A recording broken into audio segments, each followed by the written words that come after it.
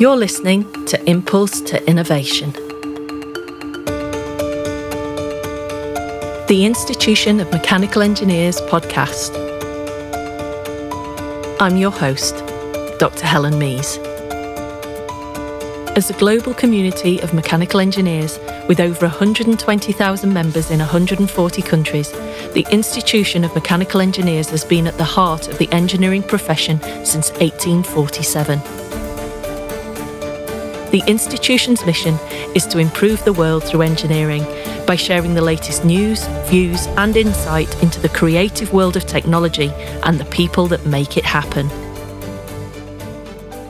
The idea of a machine that thinks dates back to ancient Greek times, but since the advent of electronic computing and the overwhelming amount of data generated by the human race in the last 50 years, the realisation of intelligent machines that can think like humans has been almost tangible.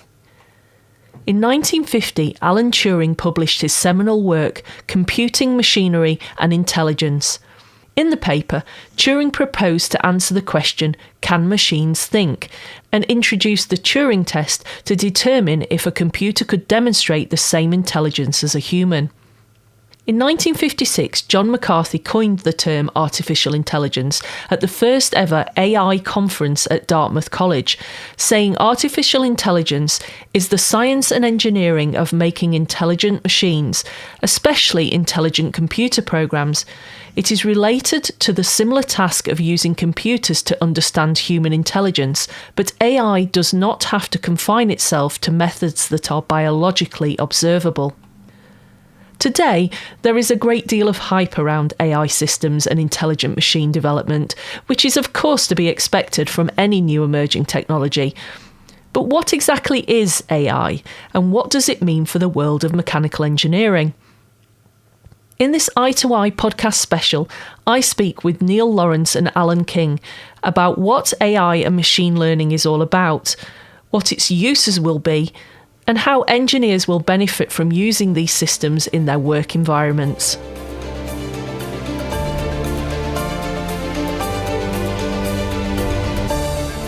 Professor Neil Lawrence is the inaugural DeepMind Professor of Machine Learning at the University of Cambridge, Senior AI Fellow at the Alan Turing Institute, and Visiting Professor of Machine Learning at the University of Sheffield. He received his bachelor's degree in mechanical engineering from the University of Southampton in 1994 and spent his early career as a field engineer on oil rigs in the North Sea. Neil has been working on machine learning models for over 20 years and recently returned to academia after 3 years as Director of Machine Learning at Amazon, where he worked on deploying machine learning solutions for Prime Air, Alexa, and the Amazon supply chain. Neil, it's a real pleasure to have you on the podcast today. Thank you so much for joining me. I wanted to start by asking what I think is a simple question, but probably has a very long and quite complex answer to it. But what exactly is artificial intelligence? Yeah, it's something I end up having to think a lot about because I didn't start my career wanting to work in AI, but it's just the technology I happen to be working on turned out to be the main technology that's delivering AI. And I think it's a complicated term that means different things to different people. And I think the word intelligence is very emotive.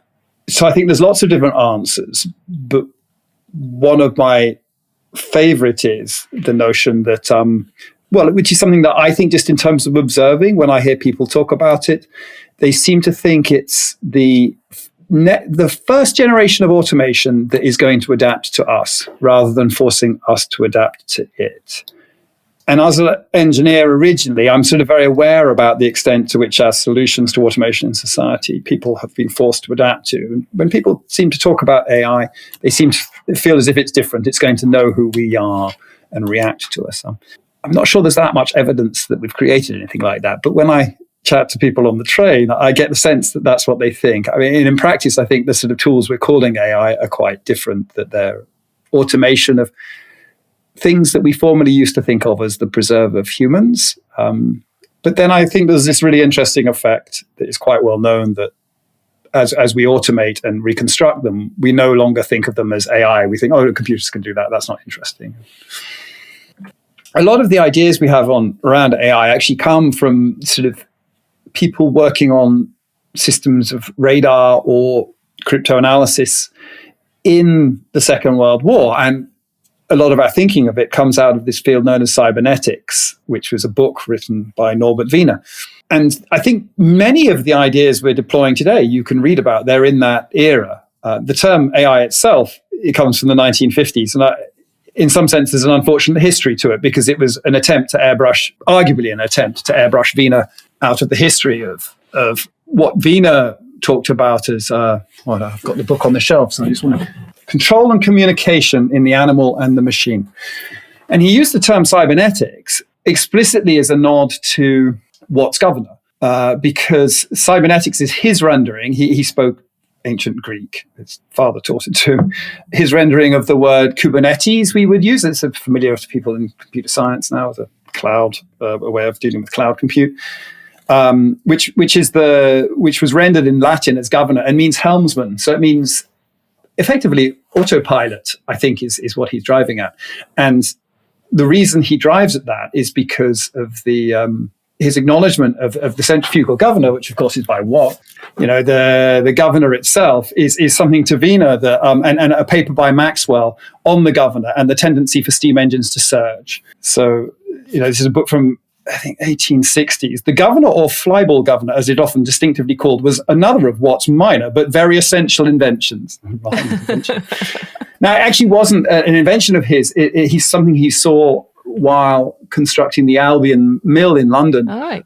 The Albion Mill was an early flour mill, and it was actually used for windmills originally, and for controlling the gap between the grindstone as the windmill sped up. But what Watt did with it was he did something unusual. He connected it to the regulator of the engine. And by connecting it to the regulator of the engine, he caused a feedback loop to occur. Right. And Wiener himself ended up working on, there's an amazing invention called the magnetron, which is the sort of an ability to sort of get high frequency radio waves, microwaves in effect, and get very directional radar. That was a sort of very top secret invention used by the Allies in the Second World War for gun laying, for shooting down aircraft. And Wiener worked on these things and using his theory, the Wiener processes, and then discovered independently the sort of tendency of these things to oscillate, and ended up reading a lot on this and understanding feedback and sort of founding our modern theory of control.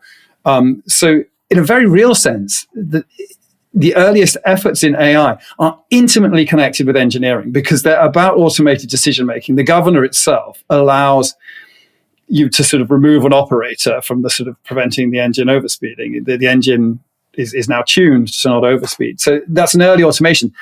But I think sort of a long way around what I wanted to build on is what you talked about as information, because, of course, the difference in those days, in the 1940s, is the relative paucity of data.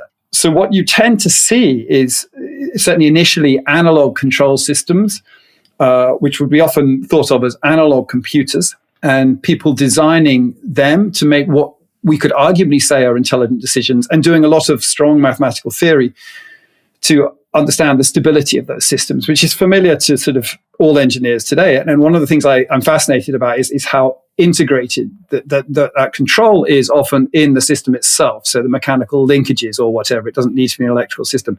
Now, simultaneously in the background, Wiener was well aware of, and other people like Alan Turing are involved with, people are sort of developing the digital computer. And when you think about the digital computer's role in the war, the Colossus was built at Bletchley Park in order to assist in statistical, and I mean, it was a statistical attack, but required some brute force methodology on the Lorentz cipher, the German High Command's codes. And that's a very different thing. So there's limited input, which is the sort of German encoded message, an enormous amount of compute. And what you sort of see is that sort of AI sort of, I don't know, there's this early desire to think about, oh, well, how do we get chess playing computers? How do we do this? Turing's very interested in that. But at one point, these two were together. And I think later, control itself became an accepted field with engineering, something I was taught as an undergraduate engineer, even in mechanical engineering. And yet these other aspects of AI that were harder to do, the sort of things that are very familiar to us as humans, we've only really gained the capabilities now because of precisely what you said, information. So ironically, many of the techniques and ideas we're using, they're certainly evolved, but you can see their origin going all the way back to that time in the 1940s of Wiener, and the sort of things that Turing thought about and the things that other people thought about at the same time. A gentleman called Frank Rosenblatt, who died unfortunately quite early. But nowadays, we finally have the compute and the data capability to make those techniques work. And that involves things like recognizing objects in images, or very recently, a lot of work on generation of natural language, really impressive generation of natural language. I think that is going beyond what any of us would have dared to predict. But it's also going into a data regime that we've never been able to go before. These methods are not learning in the same way humans learn. They're seeing every word that all humans have written across time. And the thing that we didn't know was, well, whether through that you could learn to sort of generate the type of text or the type of images humans generate. And the answer turns out to be, oh, yes, you can. But we've never been in that region before, on this planet. So that's been a bit of a journey of discovery with some amazing results. But I don't think many of us would have predicted. I mean, we knew there were going to be big changes. I mean, a few years ago, 2 or 3 years ago, you could have started to predict, but sort of 8 or 9 years ago, the extent to which that would work, I think, was not within most people's horizons. I'm sitting here listening, absolutely fascinated to what you're saying, linking what you're doing today in terms of AI and data and all of this, what I see as very computer-based, mathematical, actually to link it back to the very basics of mechanical engineering just makes it feel much more personal now for me. Actually, it's less ethereal as to how I've always imagined artificial intelligence to be. It feels kind of more hands-on and linking it back. And of course, I mean, what would Turing think today of the sort of work that you're doing? Well, I mean, he would be dumbfounded, wouldn't he, by some of the things that you're working on today? So it's amazing. I have it's funny that you should say that, and this is not prepared, but in my Apple notes, I'm just going to get it. I have a letter in front of me. Dear Dr. Ashby, Sir Charles Darwin has shown me your letter. Sir Charles Darwin is the head of the National Physical Laboratory in the 1940s, the grandson of the sort of more famous Charles, but an amazing mathematician in his own right. And I'm most interested to find that there is someone working along these lines. In working on the ACE is the computer Turing's working on shortly after the Second World War, I am more interested in the possibility of producing models of the notion of the brain than in the practical applications to computing. I am most anxious to read your paper. Now, who he's talking about is a gentleman called Ross Ashby. And this is 1946. This is shortly after the Second World War. And what Turing goes on to say, in a sort of like an astonishing manner, is that he would prefer it. So he sort of says, the ACE is in fact analogous to the universal machine described in my paper on computable numbers. So this is the famous Turing machine. This theoretical possibility is attainable in practice in all reasonable cases, at worst at the expense of operating slightly slower than the machine specifically designed for the purpose in question. So what he's saying is like, I can build a universal computer. And I haven't seen Ashby's letter, but I know what Ashby wrote about. He's got an amazing book called Design for a Brain that actually inspired the sort of deep neural networks that Rosenblatt credits it explicitly and talks about random connections between layers. This is shortly after McCulloch and Pitt's paper on neurons and how they might work. And I can infer what Turing is answering. He's saying, don't implement your neural networks in hardware, implement them on my computer, which I haven't yet built. Because one of the amazing things about it is he never does build it. In fact, he moves to Manchester because I think, as far as I can tell, he spends a lot of time dreaming about how this machine should be and how it could implement these things, and less time on the practical things that they really want him to do, which are much more associated with things like the things people cared about is calculating artillery trajectories. And Turing is constantly sort of trying to go beyond that. And it's so amazing. He knows all this is possible because of his work in the Second World War. But I'm sort of really intrigued by the fact that when he's not under the time pressure of people are dying because you're not deploying this, then he starts to dream big, and he's describing exactly what my field does today in 1946. And of course, he can't realize it, and he doesn't realize it, and it probably wouldn't have been practical. But I was thinking, that's triggered in my own mind a sort of little exercise in what could he have implemented if he had built that machine. So he, to some extent, he would have gone, well, of course. And why didn't you do it earlier? But what he wouldn't have known, or he may have known, but he wouldn't have been able to test, because it's a sort of empirical understanding, is that these models, in the way that we are building and deploying them, and maybe he would have come up with a better way, only really work with enormous quantities of data in the way that we were describing them in the sort of 1950s with late 50s, early 60s, I think, with Rosenblatt, and then later with the next wave of these models in the late 1980s, and then with the third wave. The models, in the way we've described them, are only really working with enormous data sets, and of course, the data wouldn't have been accessible in their time, and even if it had been accessible, they didn't have significant enough compute power to sort of do to generate the type of results we're getting in speech processing and computer vision and language generation and image generation that we have today. It is mind blowing, really, to think about that, and I'm very interested in Turing and Bletchley and other aspects of that. So we could have a full conversation on that, but I'll not go into it. As I understand it, though, that there are different types of AI systems. So what are they, and how do they differ from one another? Yeah, I suppose the answer sort of depends a bit on who's asking the question, and it's always hard in a podcast to know, who's listening. I suppose one framing of it is one could think of classical AI, and I think that is really stems from this era.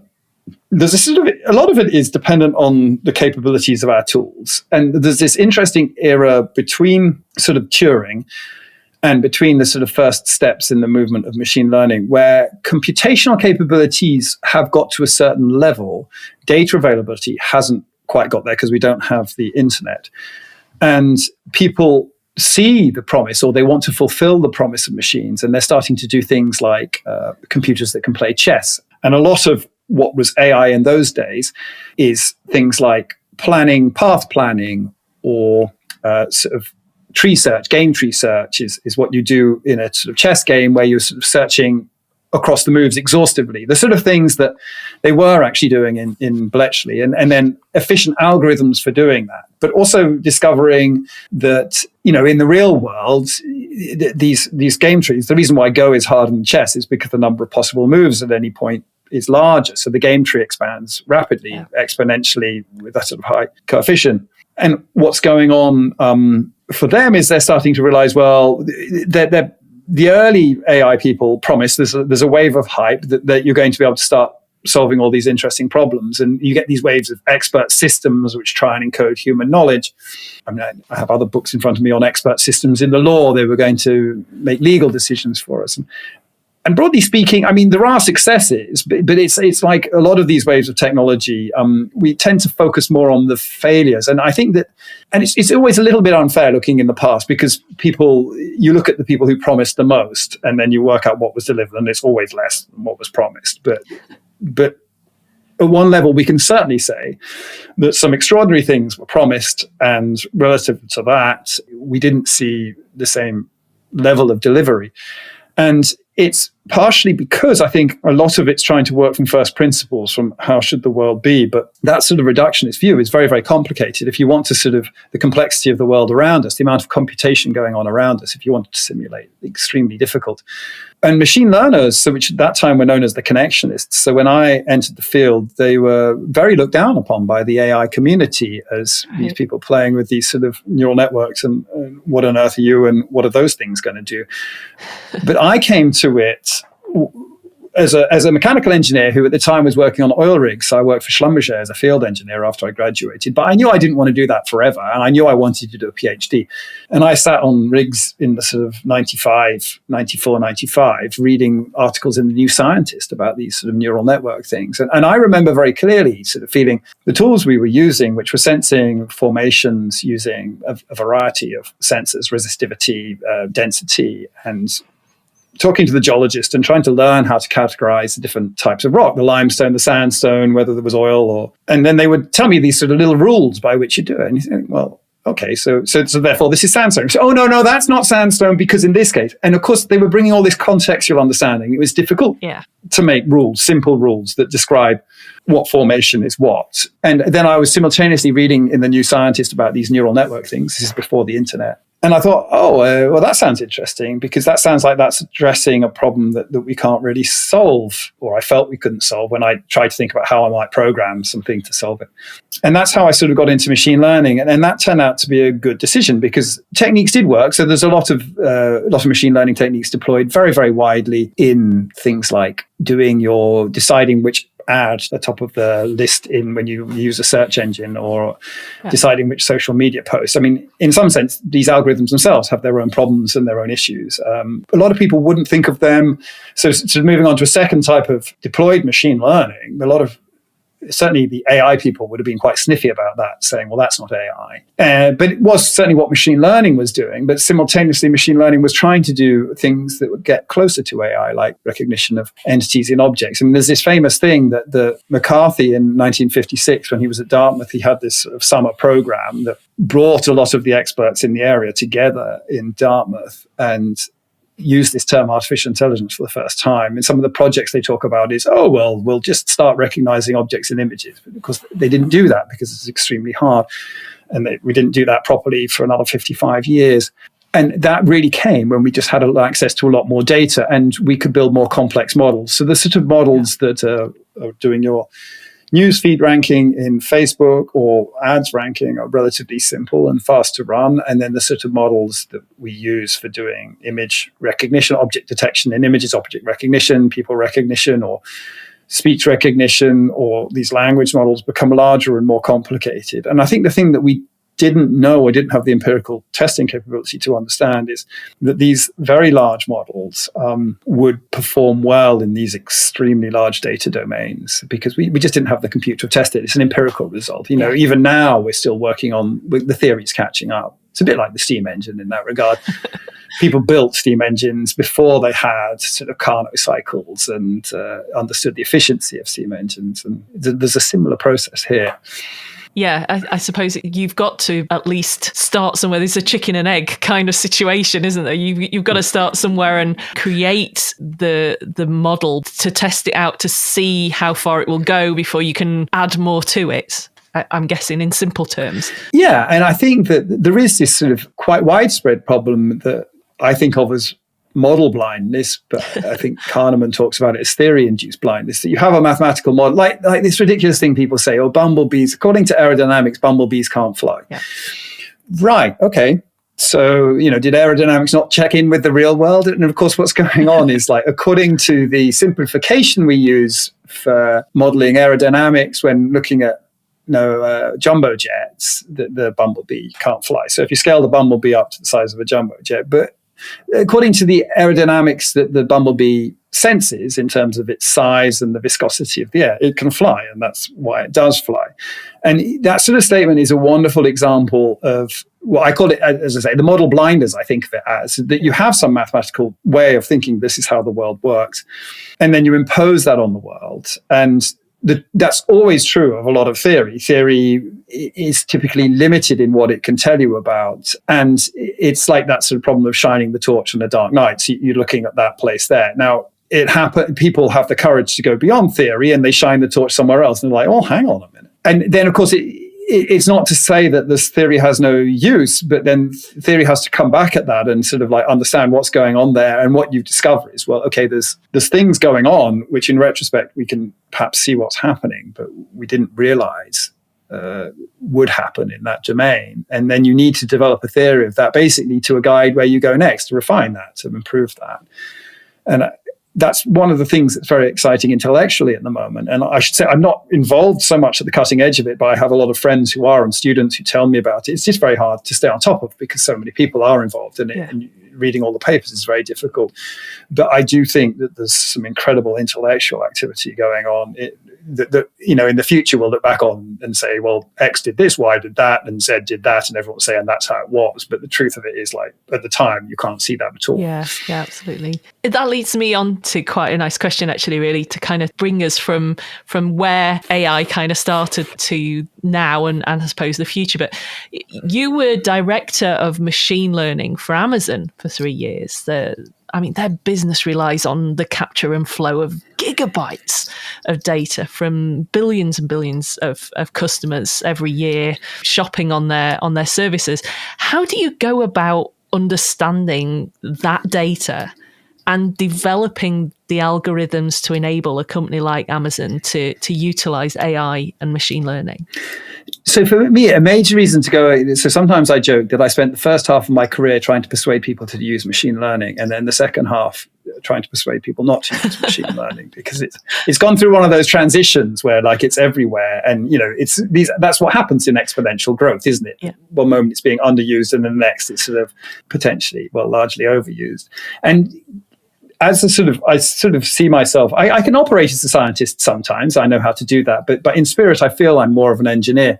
I'd wanted to graduate from my PhD and go and deploy these things in practice and help people. And there was just no chance to do that back in 2000. No one was interested, or the companies were interested didn't rate me highly enough to recruit me. And so it just was this amazing opportunity to sort of say, well, I care about deployment. I care about the interface of what happens as you deploy in the real world. And to me, the place to do that was Amazon, because of what you described, but also this fact that as a business, there's this interaction that it's Nicholas Negroponte who has this phrase, bits and atoms, right? So the difference between bits on the computer and atoms in the real world. And you can see right there, like, tracing back to the sort of what example, like, sure, it's a computer now that we're doing the centrifugal governors in. I mean, that's how they control speed in a modern centrifugal system would be with a microprocessor, and that's the bits. The atoms is the engine. And then when you look at Amazon, the sort of thing that I got to work across a range of projects, one of the great pleasures, but I at some point realized that they valued people engaging specifically with one part of the business. So we moved the team to do that. But initially we worked with Prime Air.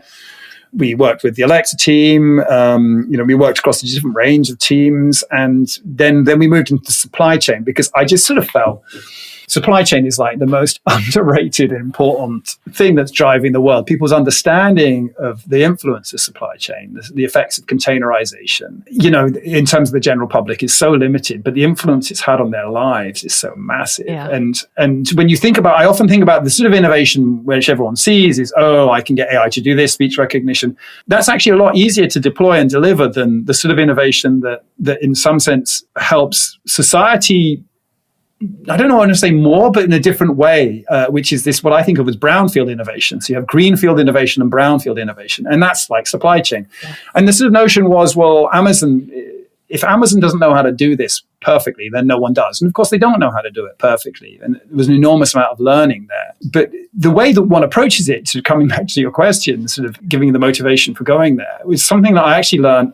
I think it was instinctive, but I saw the truth of it with work with colleagues working in the African context. So I helped set up an organization that's fully operational now called Data Science Africa. And what's so amazing about that is you're in a situation where a lot of the infrastructure we take for granted doesn't exist. But what does exist is sort of a mobile telecoms communication infrastructure. So the information infrastructure, it's like when you look at Britain, again, as a sort of mechanical engineering history, you see, we've kind of got roads, turnpikes, canals, railway, new different roads, all these different infrastructures for transporting goods and information.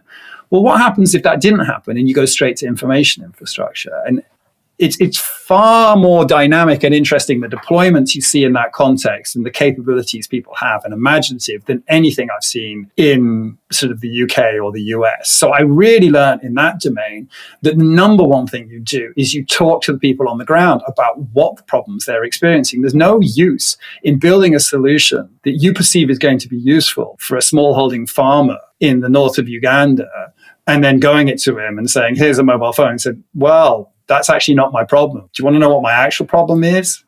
Ask that question first. And you really learn that lesson in that context, because you're sort of going end to end, because you're putting in solutions like, And that project in particular is one on cassava monitoring that comes out of IMechE University, and UN Global Pulse have also been involved. The project there was the idea of, we can monitor crop disease in cassava, which is a sort of critical crop because it's one that's not so widely eaten in East Africa, but it can be left in the ground for a long time. So if other crops fail, then you go for your cassava. So if something is affecting that crop and diminishing that crop, then you're sort of diminishing the safety margin people have. So for that reason, disease in the crop is monitored, and the sort of interventions you can imagine is suggesting different breeds. So they had people from the Ministry of Agriculture driving around the country, looking at the plants and sort of getting the data back in. And the simple idea is, well, can we do this with mobile phones?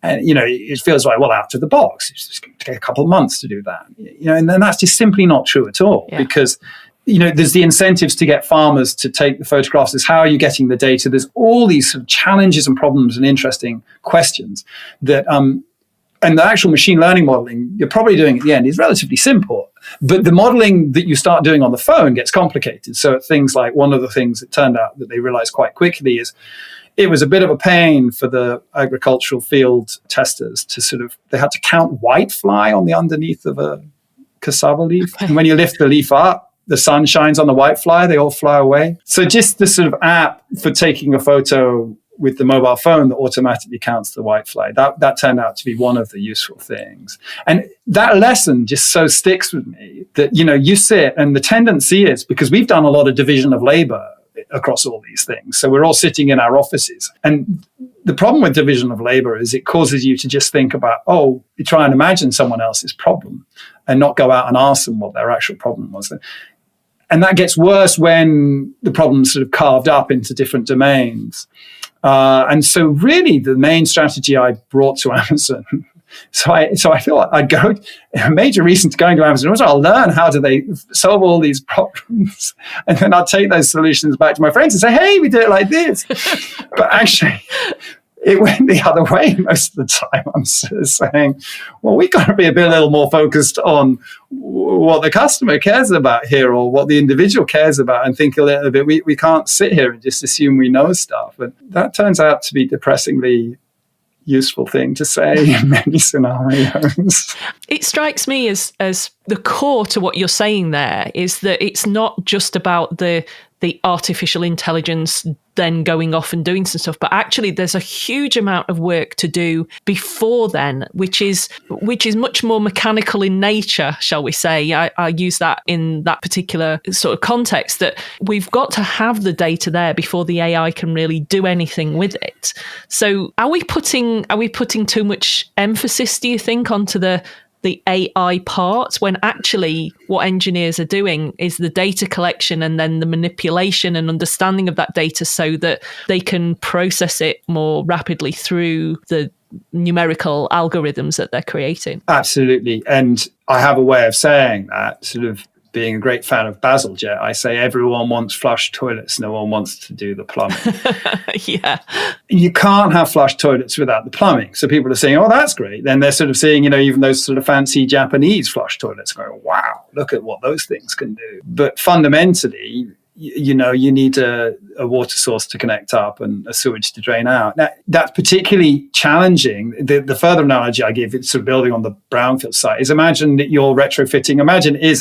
I think it's the 1860s when Bazalgette puts the sewers in, isn't it? Which is extraordinarily late, isn't it? Imagine that you have the job of retrofitting a tenement block with flush toilets. Well, how do you do it? Well, a lot of that is also exactly what I described. You have to go in and you have to speak to the equivalent of the farmer. You actually have to work very carefully and closely with perhaps one family to work out what you're going to need to do to install that without disrupting their lives too much. And then once you've done that, you're going to want to put as much infrastructure in on the outside of the building as possible, and do as little as disruption to sort of get, it's like, where do I put this toilet? And of course, actually in practice, they put them outside, You mentioned earlier on a few names. Obviously, we talked about Alan Turing, and you certainly mentioned John McCarthy, who coined the phrase artificial intelligence.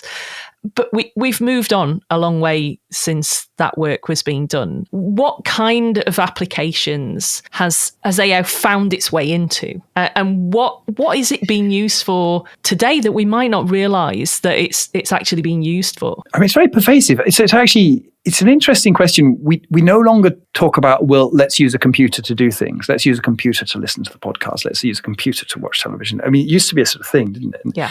There's this wonderful sort of thing called the Solo's paradox, which I think is 1986. This guy called Robert Solow, who wrote in an article, we see computers everywhere apart from in the productivity statistics.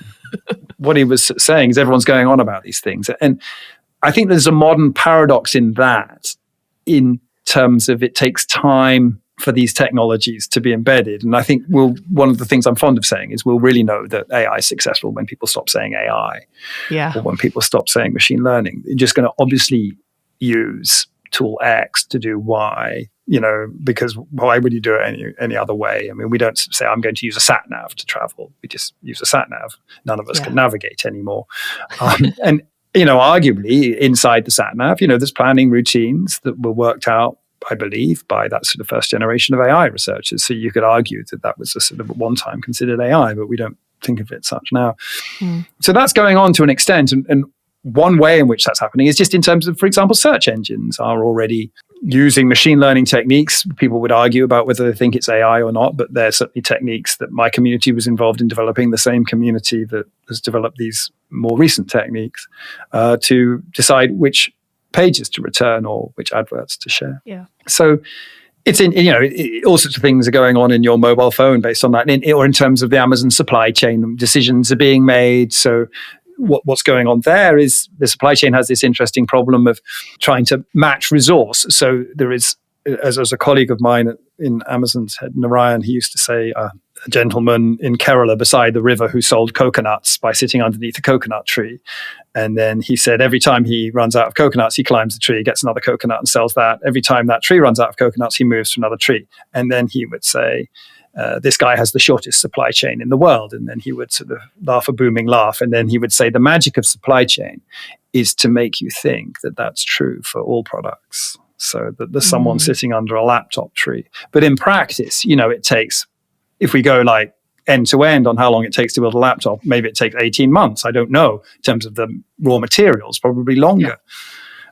So what you have to do is you have to store laptops somewhere, and you have to work out where to store them, who might be likely to buy them, and what the demand is. So you're matching supply and demand. And that's a problem now that at Amazon scale is done by looking at data, trying to predict demand from user clicks on websites and trying to predict supply by understanding how suppliers have behaved in the past. But then you get what it was at the Evergrande stuck across the Suez Canal, and all your data goes out the window. So this is the sort of challenge you have with that world, that we're relying on this data, and then everything gets messed up, and because the way the world has worked changes.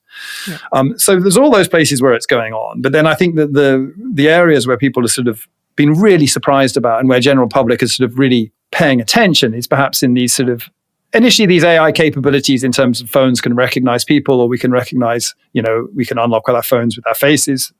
10 years ago, that would have been very new technology, or maybe 15 years ago. And now we have these capabilities where machines seem like they can talk to us, or certainly they can share information using human language with us in what I think is, at the moment, feels like a very surprising way. Yeah. In Cambridge, I lead AI at CAM, which is a sort of the university's flagship mission on AI. And what we're trying to do there is enhance and sort of help everyone who's trying to use AI. So it's like every domain across the university. But by way of example, you can look at, we have an AI for Science program where we're trying to sort of help equip scientists with these tools, whether it's small or large telescopes. And in that domain, the very large telescope would be sort of AlphaFold, the sort of protein folding capability developed by DeepMind, which is like these large language models, is now a tool that is being widely used in drug design, or things that used to take a lot of experiments to do. But at the same time, those people are just doing microarray experiments, trying to look at sort of actually not microarray nowadays, RNA-seq, trying to look at transcriptonic data and trying to make sense of transcriptomics, trying to map the way that species evolve. And the nature of that data is quite different from the sort of text and image data that these models are classically looking at, because it tends to be very noisy. So it tends to sort of it's got a low signal to noise ratio. Speech and images tend to have a very high signal to noise ratio. Right. And it's not so clear, and we tend to have less of that data. So there's been this interesting wave where everyone's trying these techniques, which is working at very large data. But actually, one of the experiences of 15 to 20 years ago is that they didn't work well for these smaller data sets. And the weird thing is, with the number of people that have entered the field, that knowledge has sort of been lost. It's sort of interesting to watch that. Yeah. But simultaneously, that also means that those people are, in inverted commas, naively trying things that, in inverted commas, we knew didn't work. But in that process, they're shining the light in places where we didn't think you should go. So whether one should try and stop this, or whether it's just embrace the chaos and say, hey, cool. Yeah. People are going to come up with new ideas. I mean, ironically, along the way, they're going to make a lot of obvious mistakes, but you can't fight that. But then let's go into the digital humanities. So one of the things, I'm working with a colleague trying to help him in his pipeline for understanding cuneiform. So he's a Assyriologist who works on the city of Nippur from 1500 BC to 1000 BC, so sort of 3,500 years ago. And people took all these cuneiform tablets out, and we'd like to understand what they say. And it's just him sort of working on that. I'm loving that, because we're approaching that totally in the same spirit as I mentioned earlier. We're trying to sit down with him rather than saying, you need a neural network to do this. We're trying to say, what do you do? What do you enjoy about what you're doing? What would you like us to help with? What's the tedious bit? And trying to sort of see where we can help automate his process and make things more useful. Yeah. And then alongside that, we're of course seeing the sort of, right now, everyone's extremely excited about the chat bot capabilities, which are doing extraordinary things in terms of allowing us to communicate with an entity that has absorbed, it's like talking to the internet in some sense, and not just getting a single internet search back, but things that it's found across the internet being intelligently composed in a way that is more likely to answer the question rather than just finding the most similar question on the internet in the past. That's an extraordinary capability. Yeah, I was talking to Alan King, who's on the show, and we were kind of sort of saying, in 20 years' time, we'll kind of look back and at some of the tools that are being used now and almost imagine it to be a small child kind of learning, taking its first kind of tentative steps into understanding the world around it. And do you think that what's going on at the moment in terms of the GPT, the open AI, that's where it is, that it's people kind of just having a tentative go and seeing where this technology takes them and letting it kind of develop itself as a kind of small child would? I think that the answer is going to be along the lines of, I think it's just the start, because the really exciting things come when humans and the technology combines. And that's what we see throughout history, and that's what we're going to see again. So everything we imagine, everything we think is going to happen, we can't, because there's this generation of creative people who are going to do things somewhat differently. Yeah, absolutely. AI is only kind of now reaching its usefulness, and certainly as you've been describing it, how it's come into its own in the last few years. And this is, I suppose, in part due to computing power. Do you think that there'll be a limitation to AI if we don't find new solutions, particularly to kind of silicon-based computing methods? Yeah, I think that's super interesting. I've become fascinated by that and started trying to read on it. It's a difficult subject.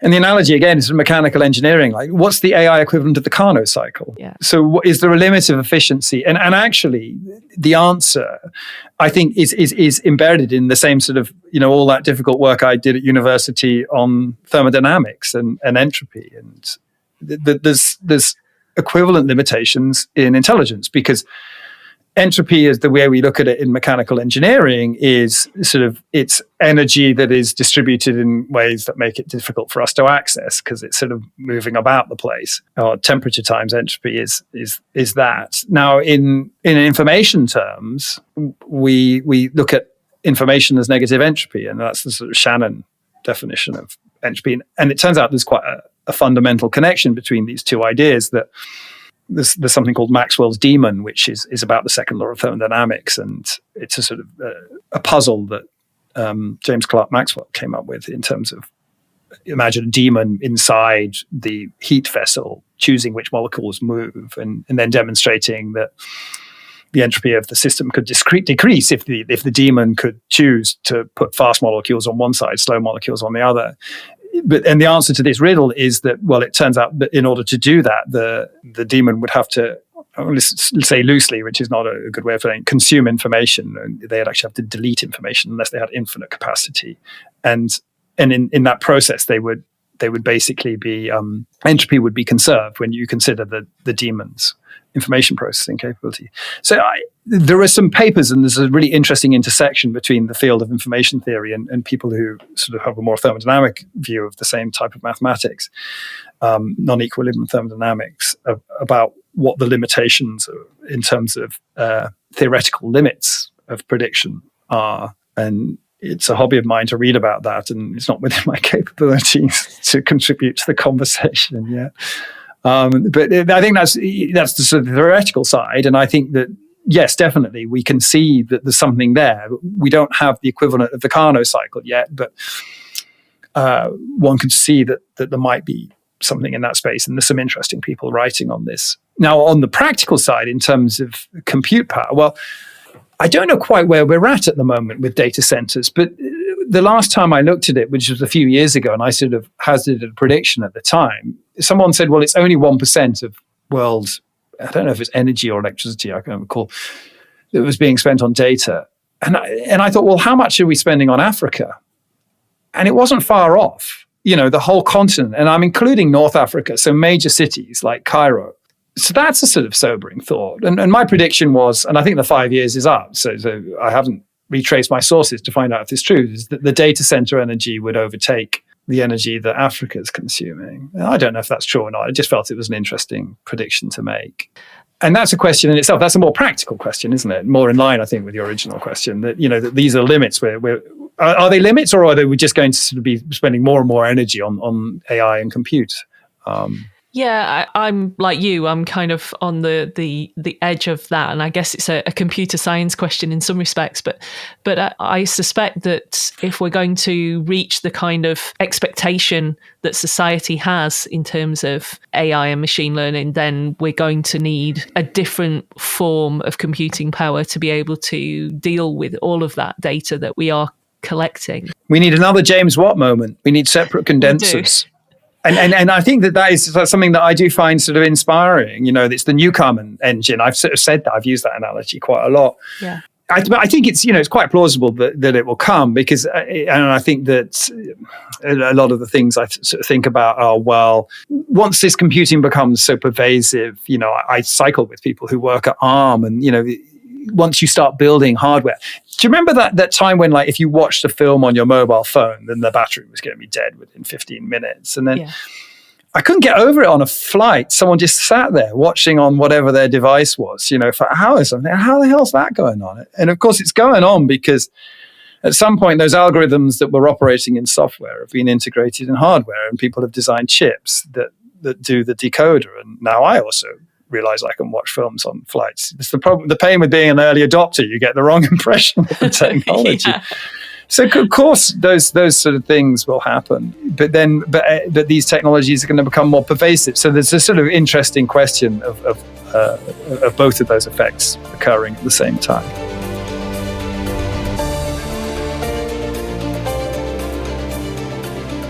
Alan King is Head of Global Business Development at the Institution of Mechanical Engineers. Alan joined the IMechE as a business development executive in 2004 with a background in both engineering and business. His father, both an engineer and joint owner of an engineering firm, introduced Alan to engineering at an early age, and he then combined his fascination for the subject with an interest in business at university. In his role as Senior Business Development Manager for Global Projects, Alan's team maintains key relationships with major employers both nationally and internationally, and also provides support for the UK Armed Forces and MOD. Alan is now focusing his attention on how artificial intelligence could enhance both member services and support staff in their everyday tasks within the institution. He also recently wrote a fascinating article for Institution News on the practical applications of AI and machine learning in the engineering sector. Alan, thank you so much for joining me on today's podcast. It's a real pleasure to have you on the show. You have been fascinated by the concept of AI for a very long time now. Can you tell us what kind of got you interested in all of this? Yeah, I mean, I guess for me, it's just been a very long journey. It started really, I guess, in my sort of teenage years. I heard a radio show by Douglas Adams called The Hitchhiker's Guide to the Galaxy, and Yeah. there were quite a few sort of AIs, I guess, on that show that really kind of sparked my interest in the whole thing. And around the same time, I had a chess computer. I played a lot of chess when I was younger, and I bought it in Tandy, and it was a computer chess system that, as you started to play it, if you started to beat it, it would literally start to cheat. And I sort of convinced myself that this thing had a mind of its own. Basically, it would let you, if it was winning, it was fine. But the moment you started to kind of, threaten it, it was right. Well, I'm going to start changing the rules. I think from there on, really, I was just became really interested in robots and the idea of, something having intelligence, and I just created a real curiosity in me, really, that I've been sort of following that story, I suppose, and trajectory since then, really. And, it's been through some significant changes in my lifetime. I mean, I suppose, as a young teenager, child, I saw the arrival, I guess, of the desktop computer. My first computer was a Spectrum, and then shortly after that, we had like an Amstrad desktop, and and of course the effect that had on the workspace and for my father's organisation where he worked was huge. And then I guess as I entered the kind of working world, the internet arrived quite shortly afterwards. I think I was probably 2 or 3 years into my career when everything changed again, and suddenly we went from taking letters to the post office to email, then Google, then websites being built, and it was an absolute paradigm shift. And then I guess really for the last 12 years, we've been seeing the effect of mobile technology as well. So, but all of these things all the way through, there's been AI stuff happening in the background, and there have been changes and developments and things going on. But really in the last sort of, I suppose, since 2017, AI's really started to sort of become the next big thing, I guess. And last year we really saw that arrive, and obviously in the form of the open language model. It's ChatGPT. Yeah. Yeah.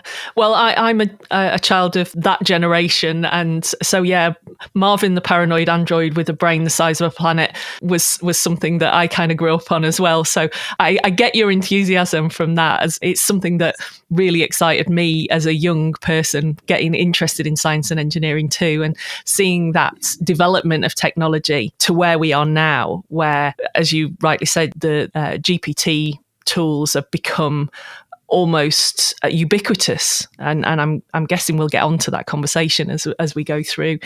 But in your role as head of global membership development strategy, what are you seeing as being the benefits of artificial intelligence and machine learning in the development of particularly engineering skills?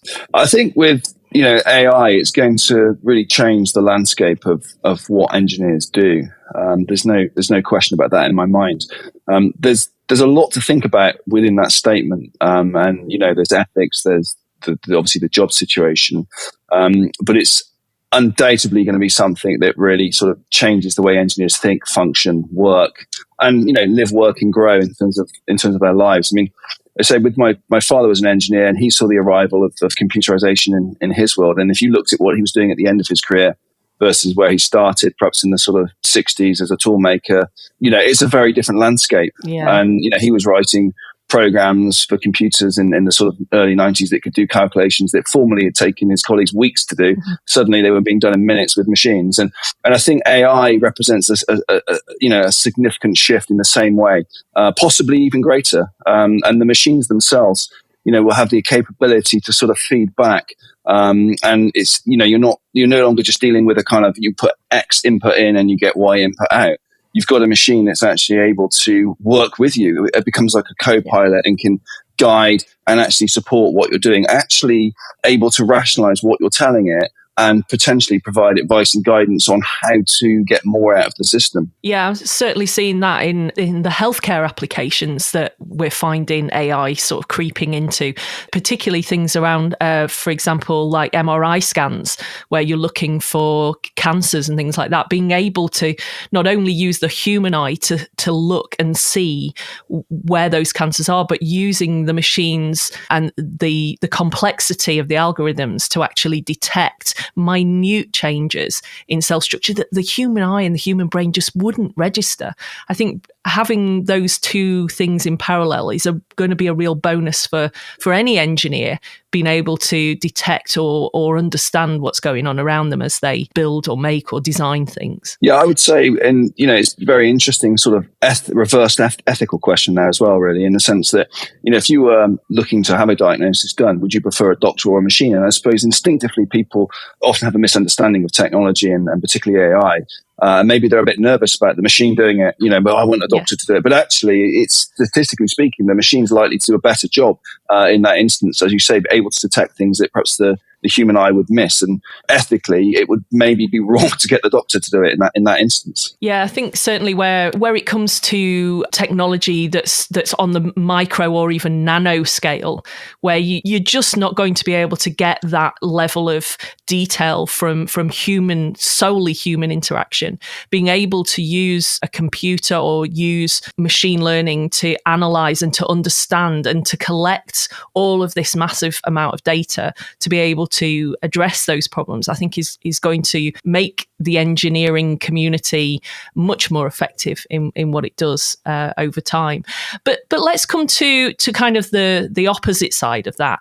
Do you think that we should be concerned about the risks of AI and machine learning, particularly in terms of the perceived fear of job losses in engineering due to AI applications? I think we should be concerned, yes, of course. It needs to be really managed, this process as we go through this. And whenever we've seen in society great change occurring through technology throughout history, through the industrial revolutions or the agricultural revolutions, you have this need for reskilling and upskilling of humans and to take on new roles and new opportunities and new jobs. And what we have always seen is these new opportunities appear. And even if you look in sort of recent years, as I said with the examples I gave earlier, the desktop computer and, the internet, it created in itself a whole new industry in many different areas that create, maybe as many, if not more jobs than sort of previously exist. Change is always inevitable, and particularly, when we live in a sort of technological society. So I think what we have to try and do is manage it correctly and do it in the right way. And, through the 20th century, many changes happened that were catastrophically damaging, say, for the environment, which, if you rolled things back, you would do it differently this time around. Yeah. So I think with AI, there's definitely a risk of not getting it right. This is where I think, organizations and companies and governments need to really take that kind of level of responsibility and think about how they do it, how they implement it, the pace at which that, change is implemented across. And there's a real need to work with individuals and people and employees and help them understand what this means, because people are going to be afraid of it. There's definitely a fear.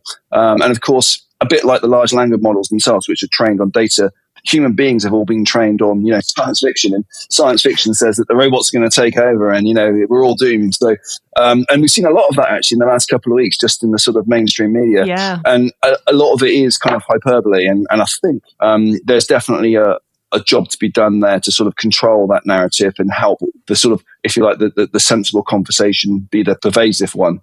And that, that will go a long way. But I think, in terms of the individual, they shouldn't be terrified or scared or worried, but they absolutely should think about how they can embrace the new world. And one of the things I've been working on lately is a paper around sort of harnessing the potential of AI in organizations.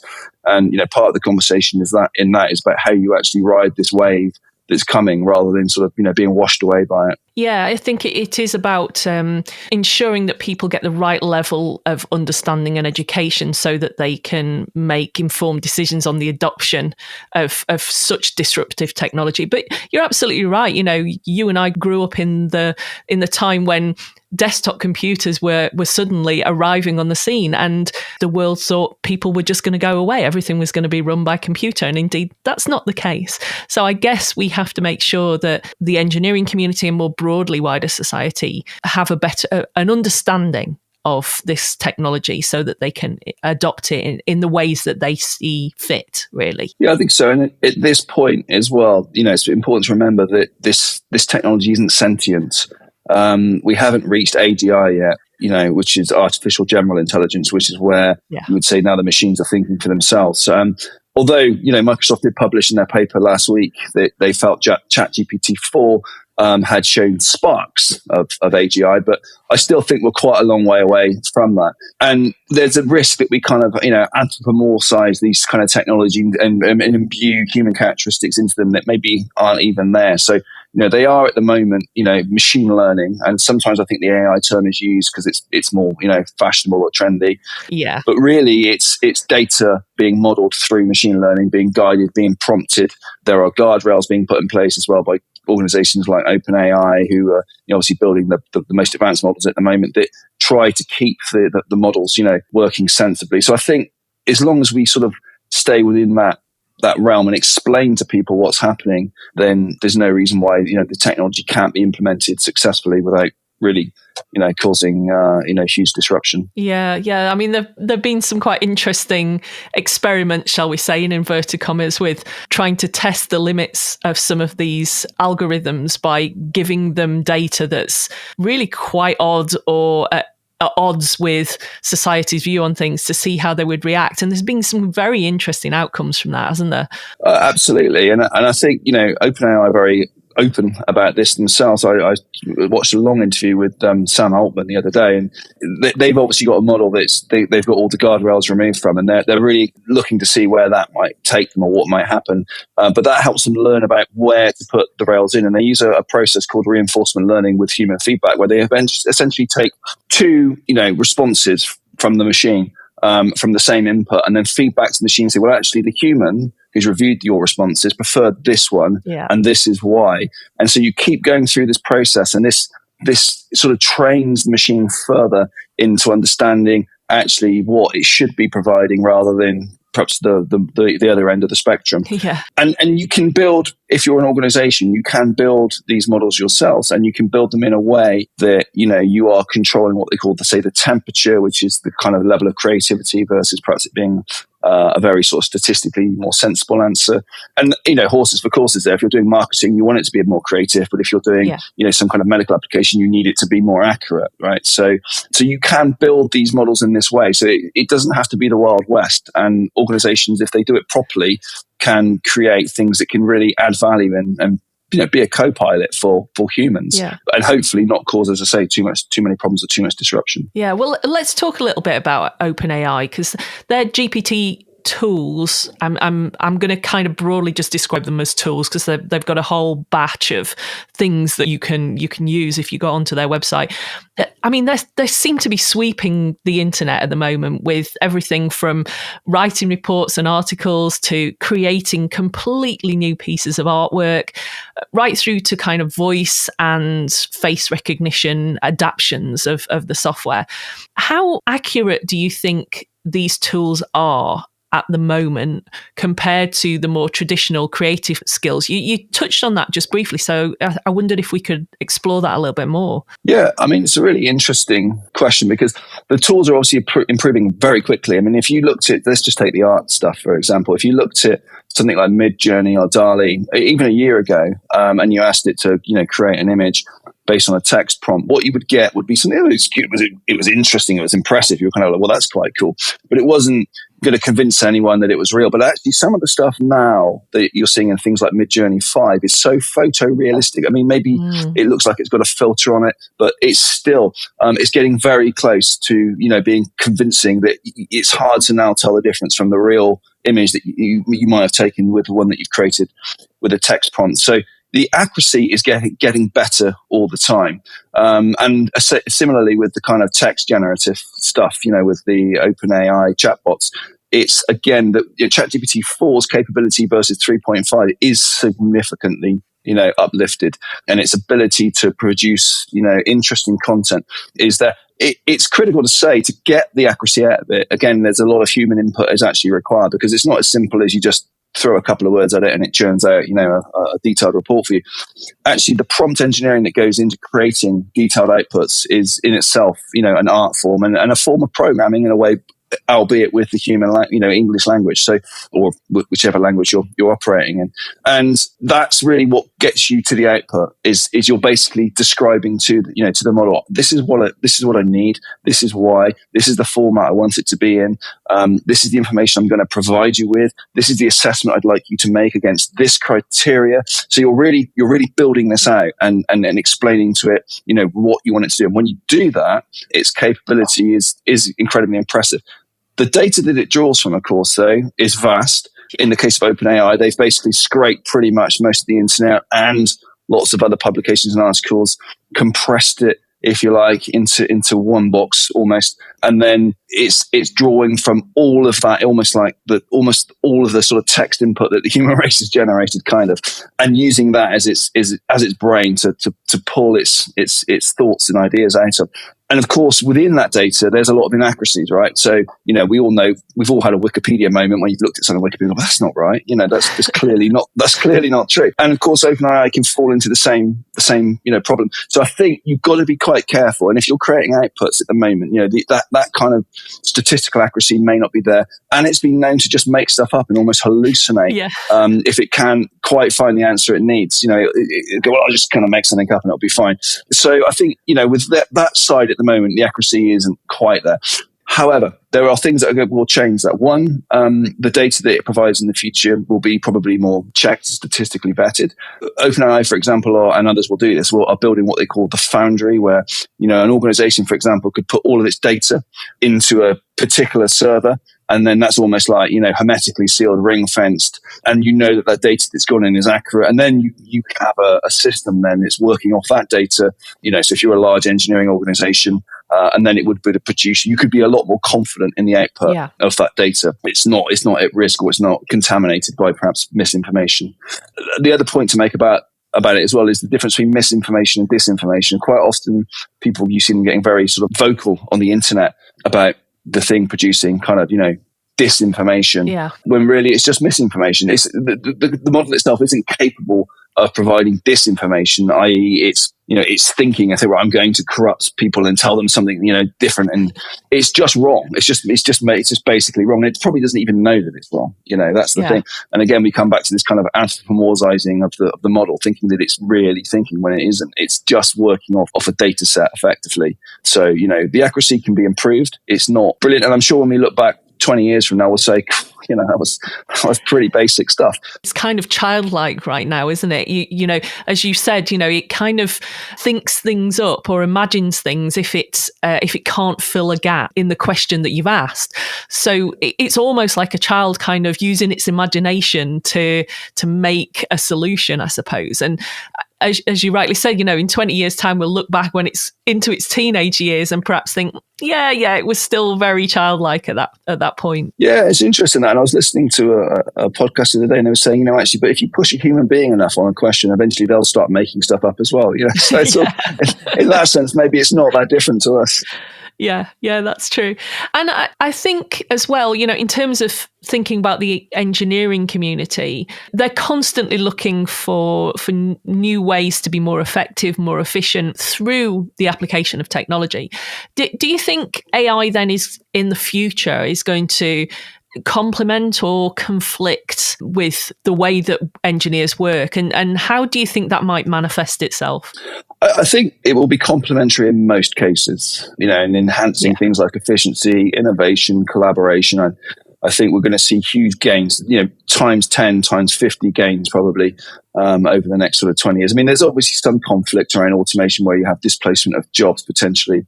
And again, that comes back to what we said earlier about the adequate transition for workforces into the new jobs, new roles, new technologies. But I think overall, it is a force multiplier for humans and what human beings can achieve and through engineering. And Steve Jobs had a very nice sort of analogy he used years ago, which was, the condor is supposedly the most efficient animal on the planet in terms of distance traveled and energy expended. And, human beings will be somewhere sort of halfway down the scale, whoever's at the bottom of the scale, I don't know, a sloth or something perhaps. But if you put a human being on a bicycle, they suddenly become more efficient than the condor, I think that's what AI will do. And within the engineering sector, it will allow us to suddenly do things that we could, things we could never do before, but B, do things in a way that's so much more efficient and actually allow engineers to perhaps focus on other problems and other issues, and perhaps free them up from doing perhaps some of the more mundane work. And again, back speaking about my father earlier, some of the stuff they were doing at the start of his career, endless hours of calculations. Well, when they didn't have to do that because the machines could do it, they could think about other things, right? And there were other problems to solve. So I think that there is huge opportunity for engineering and automated design, optimization, things like predictive maintenance as well, advanced robotics, the ability for a robot not to just be following a sort of sequential pattern, but to actually be able to sort of look at a situation, analyze it, understand it, and react accordingly. So suddenly you have the idea where humans and robots can almost work in together, and one is reacting off the other. And if the human does that, it goes, right, well, now I'm going to do this then because he's already done that, so I don't need to do that now. And you can suddenly create, this relationship that we've never had before, where the two things can really work in synchronicity. And I think that's potentially incredibly powerful. Yeah, most definitely. You've been looking at the application of AI as a tool in the workplace, and particularly focusing on HQ, of course. What uses have you found for AI, and how are you applying them? I mean, I think the first thing to say is obviously very early days with obviously what we're doing at IMechE at the moment. I mean, this stuff has really come to life, I suppose, over the last sort of 3 or 4 months, in terms of the kind of tools that we have now at our disposal. And of course, they're evolving every day. So it's an early sort of plan. But, some of the things we will look at is obviously where we can automate perhaps routine tasks and activities. We can certainly start using it in terms of content generation and, in and around marketing. And they're already looking at AI tools to do that. And just generally where we can increase efficiencies and leverage those across the business. And I think as we get deeper into this, there's going to be other opportunities as we're able to start thinking about perhaps the back end, the data driven stuff that we could start digging into and understanding what that means, and be able to analyze data in terms of our strategy and our development, and the kind of products and services we might be able to then develop going forward for our members, and AI powered chatbots, basically improve that kind of personalized experience. One thing I've been looking at in some detail is the ability to perhaps look at professional review applications that our members might be completing to become chartered, and actually using AI tools to provide them really good feedback.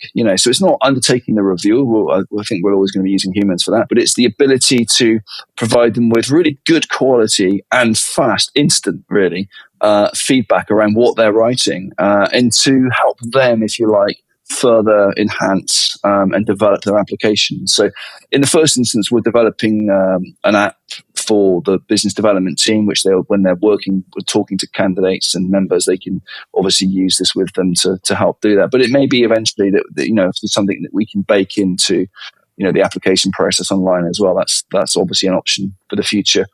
And then beyond that, I've sort of been working on a 5-layer model. So I've been putting together a paper on this about how to harness the potential of AI across organizations. And within that, thinking about the sort of different layers that you might have. And obviously, as I said, the back end, you've got the front end, the customer facing or member facing applications and tools that they might come across on the website. And then across each department, you're going to look at what the potential is for AI within those. And then obviously staff, tools and training is huge because as this stuff rolls through, upskilling and making staff aware of the opportunities that are available to them, the kind of things that are actually now at their disposal, can be really helpful and make their jobs faster, easier, and more creative and more interesting.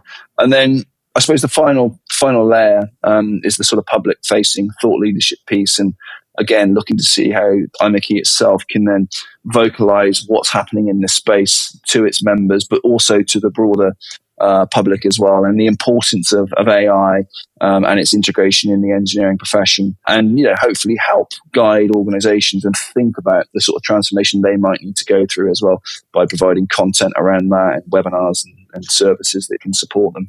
I think you're absolutely right. I think if we as an institution are going to make our case for the application of technology, then we really need to be using it, don't we? Yep. So it's a great opportunity, I think, for us to, as an institution, certainly for the staff, to be trying some of this technology and getting first-hand experience of it so that they can translate that into really informed pieces to society about why technology is so valuable and so useful to them. So I think that's a great opportunity. Alan, thank you so much for joining me today. It's been a real pleasure to hear not only your enthusiasm for the subject, but also how we as an institution are going to benefit from this technology in the future. Thanks for joining me. Pleasure. Enjoyed it. Thank you.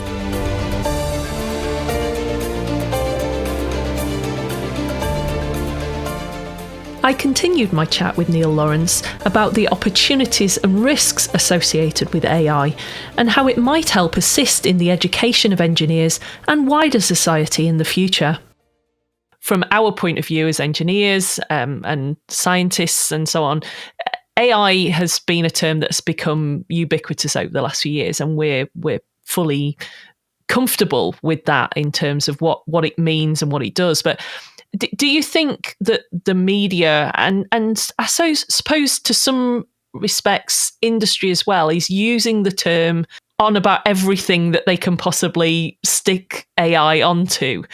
Do you think society has really got a clear understanding of what AI actually is and how it's used? Or do you think that the term is just being mispresented or misappropriated due to a lack of understanding? I think it's hard. I mean, I think it probably is. And I think I used to fret about that. And I remember getting, and I can't remember, back in when I was at Sheffield, I got an email from someone that I think and I'm very interested in manufacturing, and it was before I was at Amazon, and so I always would read an email like this, but someone was sort of saying, we're looking at Internet of Things in an Industry 4.0 environment with some other term thrown in there. And, and it was all this sort of jargon, to which I sort of replied, I think what you're saying is you're trying to digitize your manufacturing in terms of instrumenting what's going on in your factories so that you can get a better handle on, and it's and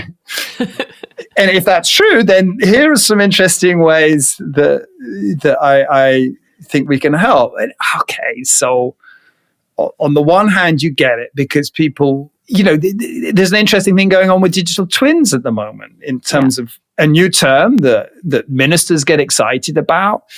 And there is definitely something underlying it. And the challenge is that will the sort of hype underlying it that is hot air, funding things that we already know doesn't work, overtake the sort of truth that's underlying it? And I don't know, these things have just become, I often think of Canute sitting on the beach of trying to stop the tide. You can't fight these things. When a big wave's coming in, you're going to get drenched.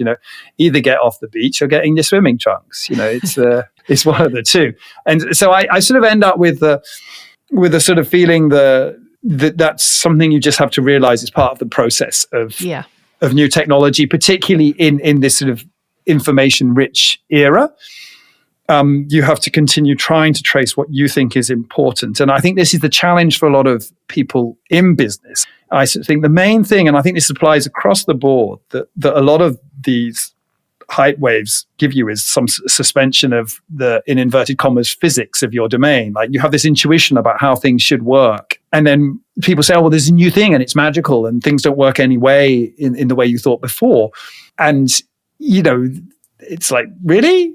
And it's hard to know how to react to that, because a calibrated reaction is hard because you haven't seen this technology before. And I think people come down in one of two ways.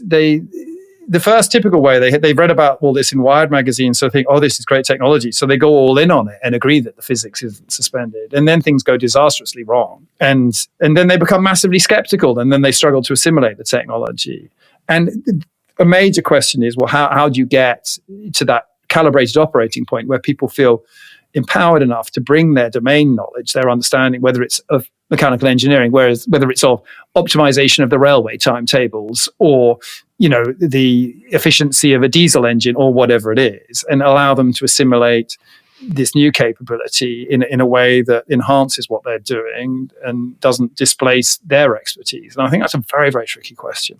Yeah, I would agree. I think there's a lot of work for us to do, I think, within the engineering community, and particularly in your community, specifically in AI and machine learning and that area, that there's some education to do in terms of what this subject is and what it isn't.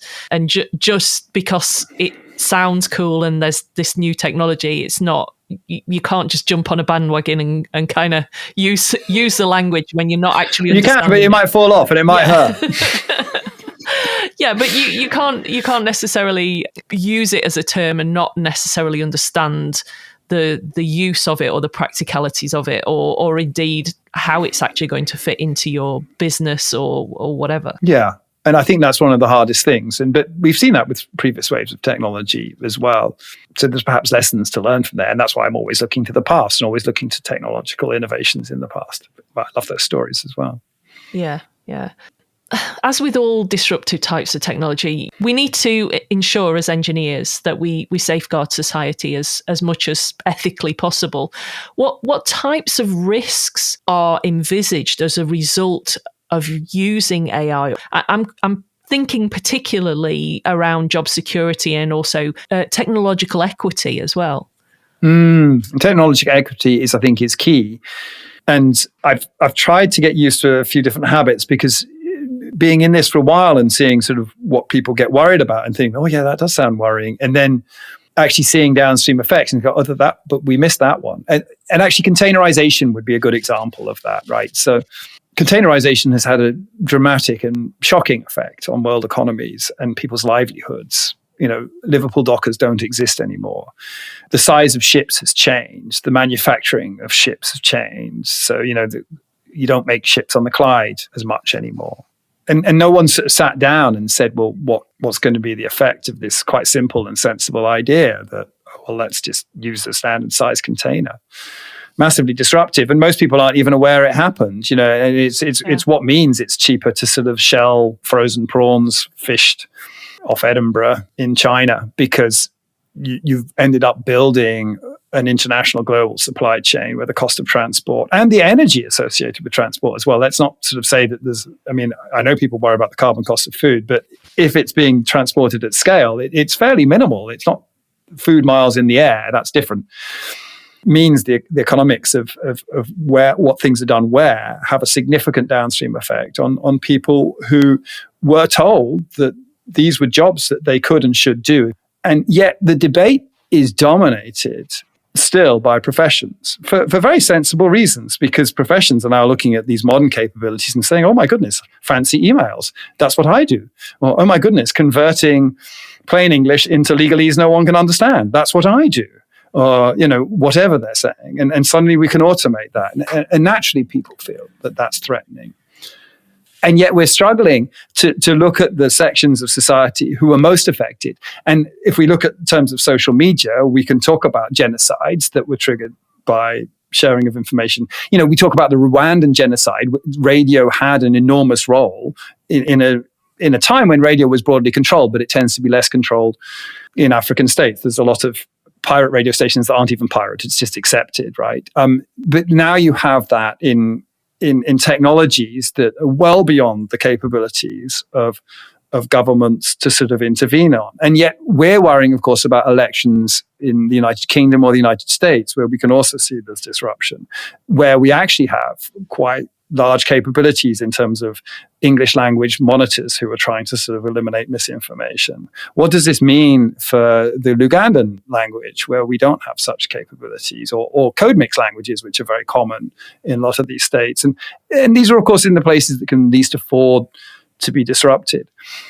I think we have to also be careful about dismissing the very real concerns of people in the more privileged positions. But of course, the debate is dominated by people in the privileged positions. And yet the history shows again and again and again that it's people who are less empowered to decision make that suffer the most. And whatever route that is, it's because they're on the edge. It's because, I always think of these coin pushing machines where there's some coins on the edge, and it may be the coin you drop in that moves and initiates the movement, but the coins that fall over the edge are the ones that were close to the edge.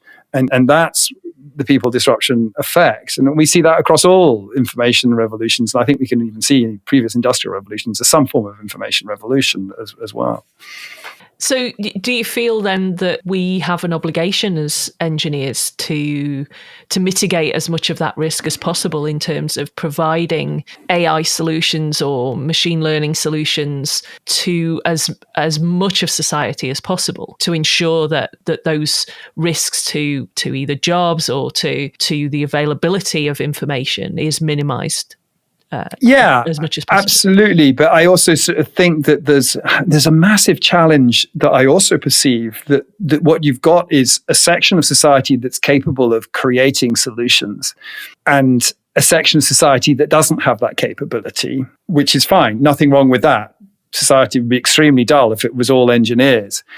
But the conversation cannot be one where those without that capability point at those with that capability and say, you need to do this as well, because building these solutions is difficult in itself. And one of the problems we've had is a debate that is increasingly divided, because you can all have a lovely debate that's disconnected from the reality of the technology or the capabilities that we have, because, that's totally unconstrained. And now we can all think what we like and we can talk about what we like. And that's interesting. But there's a challenge there if that's disconnected from where we are in terms of technical capabilities, or if it's illusory in terms of the sort of interventions it suggests that might make a difference. Then, I have to be careful, because I agree very strongly with your initial point, but I'm also sort of concerned about the burden on those who we're looking for solutions to sort of provide not just the solution for the technology that we're asking for that's going to bring the benefits, but to be doing all this additional stuff while constantly under the bright light of criticism of everyone else. I mean, it's a lot to take on. Yeah. Now, having said that, I accept that challenge. I've been working in this field for a long time, and I'm passionate about. I happen to be, and it's lucky, right? It's not like that I'm sort of somehow clever or better than the next person. Just circumstances dictate I got into this field early. And then I feel that we have a responsibility. I think my colleagues feel that responsibility to differing levels. I mean, a lot of people just got into this because they wanted to create cool stuff, right? And they're continuing to create cool stuff, like from their perspective. It's interesting how, I mean, they're also very aware. I mean, the notion, okay, so there is a lack of diversity in a very real extent in some areas of the field. But if I go to meetings with my colleagues, the sort of people I'm mixing with, it's far more diverse than most meetings I'm in, regular meetings, because the international nature of the field, the fact that the field has become aware of sort of gender representation, or maybe I'm just making it my business because I find diversity of people more interesting. Mm. And yet when we have letters written for moratoriums, they're written by a very non-diverse group, which I find interesting in itself. So the situation is complex, and I think that the challenge is that one of the gifts of being involved in engineering is you often, certainly if you do large-scale systems, interacting systems, and as I moved into software, that's something that comes up a lot. You gain the understanding that you sometimes have to stand off the whole ecosystem and look at, well, what are the broad inputs and outputs? A bit like people did with heat engines. You've got pistons and all these sort of things, but you end up summarizing it with temperature and pressure and entropy. And that gives you a sort of good sense of what's going on. And as you step back and have that view, well, you have a similar answer, and actually with the similar challenges that we sort of spoke about before. You've got information in and processed information out. And then you've got the challenges of who has access to that information, who's controlling that information, and who that information pertains to. And then you can start sort of looking at, I think, regulatory interventions. And I love the fact that on the steam engine, it is a regulator that turns to slow the engine. So regulatory interventions does not necessarily mean we invent a new law. It's just any intervention, in my mind, where you sort of say, well, what sort of infrastructures or institutions do we need to create that start realigning the incentives of this ecosystem with the people the ecosystem is looking to serve? And a lot of the answers come down to, well, there's a lot of this is about control of personal data. Where's the data originating from? Where's the power originating from? How do you put that power back in the hands of the people that originated from? Because at the moment, what you're seeing is that's then being locked away people who've done very innovative things and deserve some credit for that, but they shouldn't be the only ones to access, the entirety of human historic culture. That's quite problematic. Yeah. Do you think then we might see a weaponization? I hate using that word, but a weaponization of this type of technology in terms of things like cybercrime, data protection, and surveillance. You touched on obviously the letter from Elon Musk and a whole group of people recently who have said work must stop on these kind of technologies. So are we going to see bad actors take on some of this technology for their own nefarious purposes? And what can we do, I suppose, about that? Well, absolutely. But in some sense, to quote Elon Musk, referring to a different thing, the genie's out of the bottle. I mean, yeah. But in some sense, the genie's been emerging for a while. I mean, the problem of misinformation on the internet, I feel the internet's degraded in terms of a source of quality information because the entire incentive structure is to drive people towards pages with adverts. And the way that you do that is you try and overwhelm search engines and undermine quality information for cheap information. That's been going on for the best part of a decade, to the extent that, and I don't know if it's recency bias, that in the early internet, of course, it was covering things that were recent, but things that I know exist on the internet sometimes seem unfindable. And that's going to get much, much worse. And there's a problem in that, is in the sort of like the dog chasing its own tail, or there's Ouroboros, the snake that consumes itself, is that it's polluting the very training data. It's like river and water ecosystems are fascinating analogies for this in terms of the complexity of data as a resource. And so the data pollution term is very real here. You have these engines consuming water and then polluting the source. Because in effect, what you're going to get is very plausible text that is difficult to unpick from human originated text. And so you're going to have the AI consuming its own tail. Now, my best bet on the response to that, which I find intriguing, is that we'll probably have to fall back on some of the mechanisms in society we've always used as proxies for quality of information. Right. And these mechanisms themselves can be problematic. I mean, in some sense, the early promise of the internet is that it was freeing us from that. I mean, my favorite example would be academic publishers. What's the point in an academic publisher when we can just share information freely on the internet? And that's definitely how it felt in 2001 when my community first started freely publishing. And I do publish an entirely free volume, that, free in terms of cost at all points.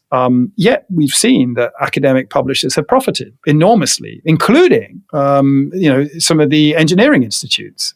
I know they're not for profit, but in terms of like charging open access publishing fees for this, because it's a mark of prestige. And for many people, that's their route to promotion. That's because they're exploiting the brand name, which is a proxy for quality, which unfortunately on itself is undermined once you're profiteering on that brand. So I foresee a quite significant return to attempts to curate information in that way. And perhaps whether it's traditional brands, it's going to be to some extent, or new and emerging brands where the quality of information available. I mean, I think Wikipedia is already a brand we probably all respect in that regard, right? And that's emergent in a very interesting curated community way. I mean, it's one of the most fantastic successes of the internet. One of the nicest things that happened, I think, I'm sure it has some problems. So I'm really curious about that because of exactly this problem, that bad actors are going to be using these technologies. And that's probably the most innocent version of this, because in terms of, you can also envisage what we would call data poisoning, which is purposefully poisoning that river. If the river is the source of data, poisoning it to kill or manipulate these models, or to undermine them in certain ways. We already know in terms of cyber attacks, these capabilities. If you look at the activities of the Internet Research Agency on the run into the 2016 election, relatively few people, I can't remember the exact number, but it's millions of Americans who sort of ended up seeing information that had been posted specifically with the purpose of misleading. There's a separate question about to what extent that affects the election, but we know that happened. Facebook have given evidence to that regard. And this problem, of course, becomes much, much, much worse when you have the capability to generate highly plausible information so quickly. I mean, they were using people to sort of write these things, but you can already see that these machines are a lot better at generating that sort of plausible information than humans would be. And, it's just a matter of how many computers do you want to switch on doing it. So these are all really problematic. But let's not persuade ourselves that they haven't been going on to some extent. The notion of search engine optimization is what's given us a less trustworthy internet. It's something that Google used to fight. It used to be a sort of thing. Search engine used to be a dirty term because they were nefarious actors. But now it's sort of almost accepted. It seems to me implicit acceptance. There's a synergy between the search engine optimization and Google and getting paid for adverts and all these other effects. It's an emergent ecosystem that is actually not of the same information quality that certainly I feel of it was 10 or 15 years ago. You make a good point there that there's almost become a balance in the understanding of, we know you're not doing it quite right, but we'll give you a pass on this. And so for a lot of key questions I have about source code, I've had various mechanisms to try and cope with it, one of which I always reject cookies all the time. Because that actually gives me information about the quality of the underlying information. Because the harder the website makes it to reject cookies, the lower quality the underlying information. Because the more aligned they are with a website that is just trying to sort of push a load of adverts in front of you. So they, and so it's something that I've detected. Other things I do, I used to sort of assume, like since 1998, I would always assume, well, if it's not on Google, probably not on the internet. But then I increasingly discovered that wasn't true. So I've switched search engines, not because these other search engines are better, but because I'm trying to undermine my bias that assumes that if it's not on Google, it's not on the internet.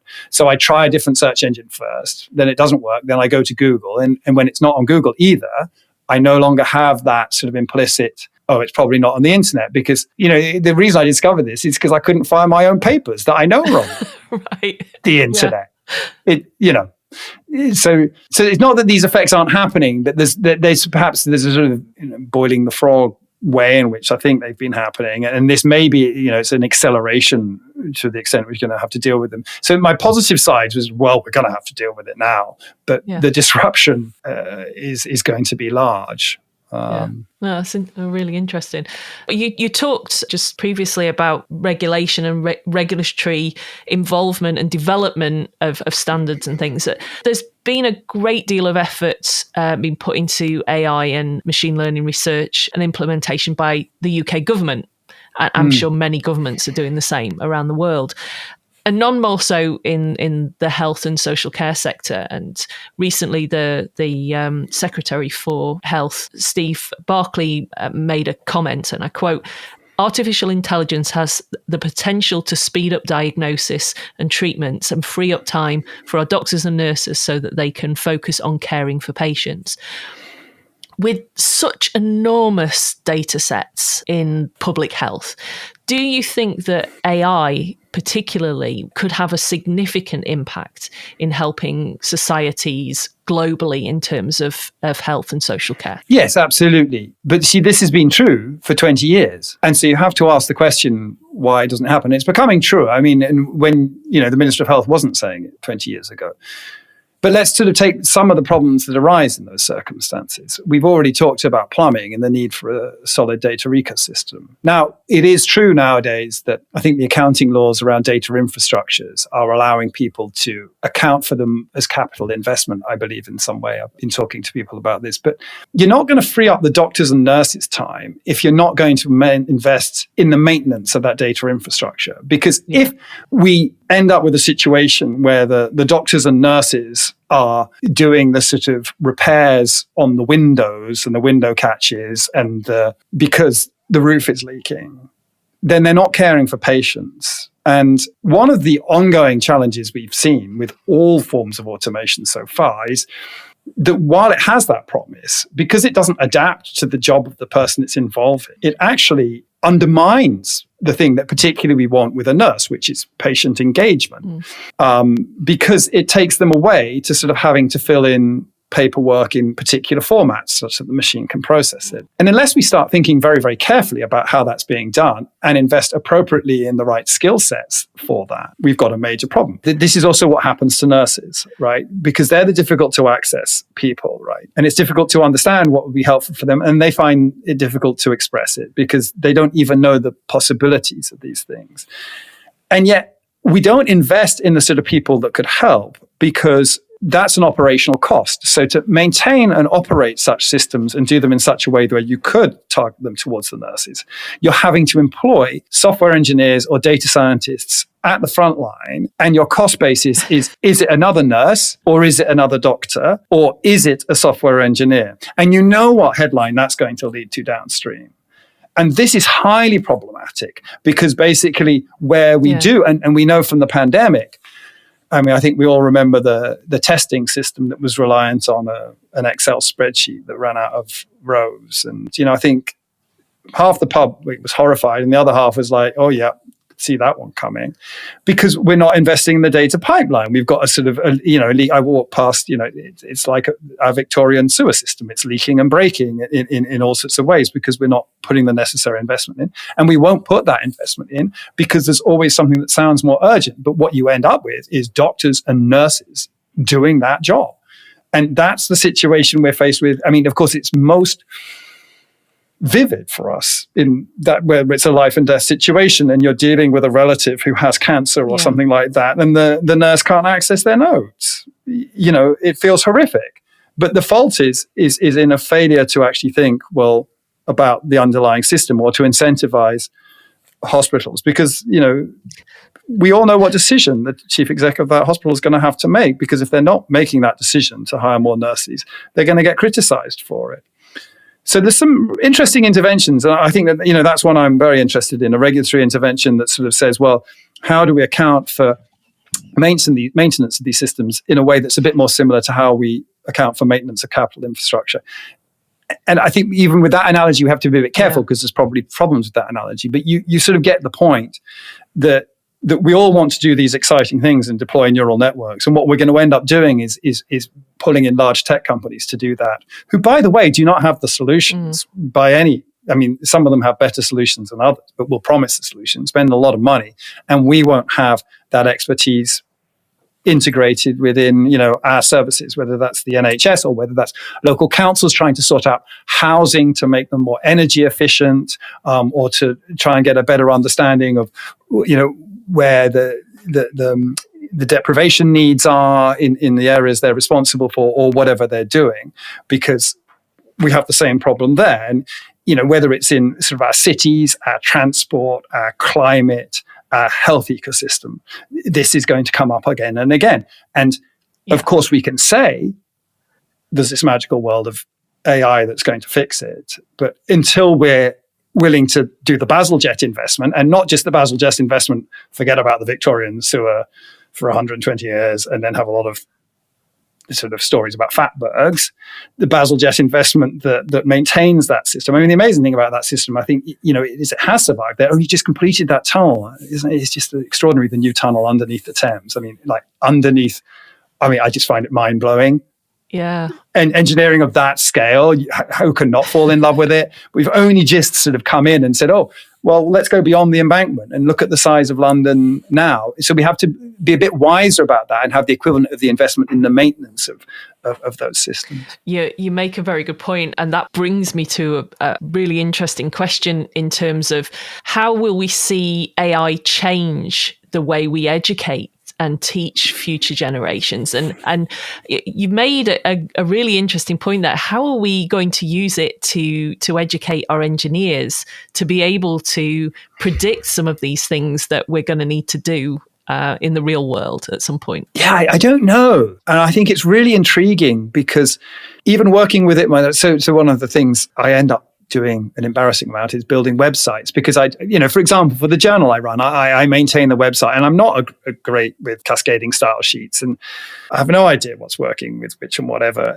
But I do have enough knowledge to ask ChatGPT and understand what it's doing and ask it about what it said. So the most recent website I built and managed to create things I wouldn't have created on my own by using the knowledge in ChatGPT. I'm effectively using it as a much fancier and more easy to work with search engine. But that chat interface is probably not the ideal way of doing that, in terms of like, if I think back, if we sort of said in 1992, you're going to have the internet, how are you going to interface with it? You probably wouldn't say, well, a glorified version of a library catalog search, And the weird thing now, when we sort of think about a lot of the early reactions with, it's going to sort of totally revolutionize search engines. Well, it probably will, but I don't think sort of just putting it in place of a search engine, the search engine is still going to have a role, a bit like cinema maintained its role. Stop doing news newsreels, but maintains its role after television. And television, is reacting to the internet in some way. And then the question of education comes up. And the first thing that I think, the only thing that you can say, well, all the obvious things people will say are likely to be wrong. And the first things off. So this is the one thing I sort of learned in this business. The first and most obvious thing that comes to your mind, that's probably not the answer. Because when we look in the history, we see that didn't work out so well. So the notion that you stop, that we don't have to worry about maths because people have calculators, there'll be computers to do it, totally wrong. And wrong in exactly the wrong direction, because it's like, no, now we have computers doing this stuff. More maths is becoming within reach of individuals who are doing whatever jobs, whether it's engineering or whatever else. Their need to understand that maths is even greater. And I think something similar is going to happen in education. So my best guess on it is we do need to embrace these technologies. I mean, there's the here and now problems of what do we say about kids doing their homework with ChatGPT, and this thing. I mean, that has some pretty severe consequences when you think about it, all sorts of levels. Like, I think it's been a bit disturbing, the extent to which some entities are rushing to sort of give answers, because you can immediately see inequalities arising from that. So who has access to this tool and who doesn't, and we already, and that's the one thing we keep seeing. Every time there's an innovation, it exacerbates inequalities. Yeah. So be very, very careful about any step that is going to build on that. But having said that, correctly designed tutors in this form could deal with some of the challenges that children from, backgrounds where academia or education, high-level education, isn't a tradition, giving them opportunities they wouldn't have before. Yeah. Because a conversation with ChatGPT on a particular subject could take them in directions that perhaps their parents, for whatever reason, and often it's circumstantial or tradition, can't take. So, clearly, any sort of blanket decision on this is problematic. And again, it comes... I think it relates to some of the same thing we said about sort of engineering, and when engineers are trying to integrate in this. The same rule applies here. Like, the idea that it's either some magic solution or something to deny at all costs is both are going to be wrong. There's some nuanced opinion. We just don't, unfortunately, have access to it. So what we need to do is understand how to educate and share experience as rapidly as possible, share things that have worked. That's certainly what we're doing in our AI for Science program in Cambridge. We're sort of like, oh, wow, let's listen to how people are using the tool and learn from experience about what's helping people, and then try and share those lessons. So I think that the education, it's dramatic. So I convene the AI fellows for a number of meetings. These are the UK AI fellows who are funded by UKRI, who are at the cutting edge of this area. And I'm so keen to make sure that we build a sort of robust community within the UK, which is something we've lacked in machine learning for a number of years. All our leading people have just focused on the international community, and the national community was very poor. Right. And this has been a real opportunity to get that community going. And one of the things we did was a hackathon, because to some extent, it's not the crusties like me that are the future. It's their students and their postdocs, right? But to some extent, to the whole extent, right? It's so trying to get the sense of community empowerment amongst that group. And so we convened them here in Cambridge, or a good 30 of them, on a hackathon where we focused on some interesting challenges. We had an energy challenge, AI in power grids. We had AI in climate modeling. So how do we use less compute and get the same high quality results? And we had a sort of AI in cancer example. How do we understand causal mechanisms underlying cancer? All sort of examples that we curated that, they're not going to solve them in a day. The main focus was actually just to introduce them to each other and make sure that across different universities in different regions, we had people knowing that they could reach out to each other. But I did get the privilege of sort of getting to introduce the session. And it hadn't been something that I'd thought before I started speaking. But if I look across my career and the similar career stage, which for me is now 26, 27 years ago, I would never have believed the change I was going to perceive. And I've been able to be on the crest of that wave and benefited from that. And I have all this privilege before that. But literally, as I was talking to them, the hairs, and they do again now as I remember it, the hairs on the back of my neck stood up, because the changes they're going to experience, I think, are going to be an order of magnitude greater. Yeah. And, what more can you do than try and encourage a community of clever, interested people to please stay in this area and worry about these things and help out? Because that's something that will scale, because I believe they will do far more than I could possibly do in order to steer these technologies in the right way, because they're going to assimilate them much faster. As you get older, you're more fixed in your ways. You see the possibilities less. And one problem in academia is that that's the people we fund, the people who don't see the possibilities. Yeah. Well, you can always say that those young people that you are encouraging to move on in the profession and to carry this work on are standing on the shoulders of giants, Neil. So, it's nice to think that what you've done and where you've taken your interests and your work to will be something that they carry on and develop into things that we're just not even capable of thinking of right now. Yeah, I mean, you hope that's true, and in some sense, so you have to be careful. It's a Newton statement, and Newton said it to make fun of Hooke, who was a man who was short of stature and who had been significant in steering Newton towards gravity, and Newton was trying to rewrite history in that sense, is my understanding of the story. So I totally agree, but I always worry about that disease in academia of believing that you're the one that should take credit for anything or do anything, because that's the narrative will always be written in that way, and whoever's chosen to be the person, the equivalent of Newton or whatever. But what we all know, if you're active in the thing, is that those people, we're really proud of them, but they were the product of a community. Yeah. They're often the most brilliant person in that community. And so in that sense, I always think of the Tree of Life sculptures that you can see in Tanzania, these most beautiful sculptures carved out of wooden trunks of communities standing on each other. And I can't remember the word in Swahili they use for it, but they sort of embed it in their Tanzanian culture, which was kind of an interesting, quite socialist oriented. Forget the political stuff. I don't care whether it's socialist. I like the statues, and they are standing on the shoulders, but they're not standing on the shoulders of giants. They're standing on the shoulders of many other people who are embraced arm in arm, supporting each other.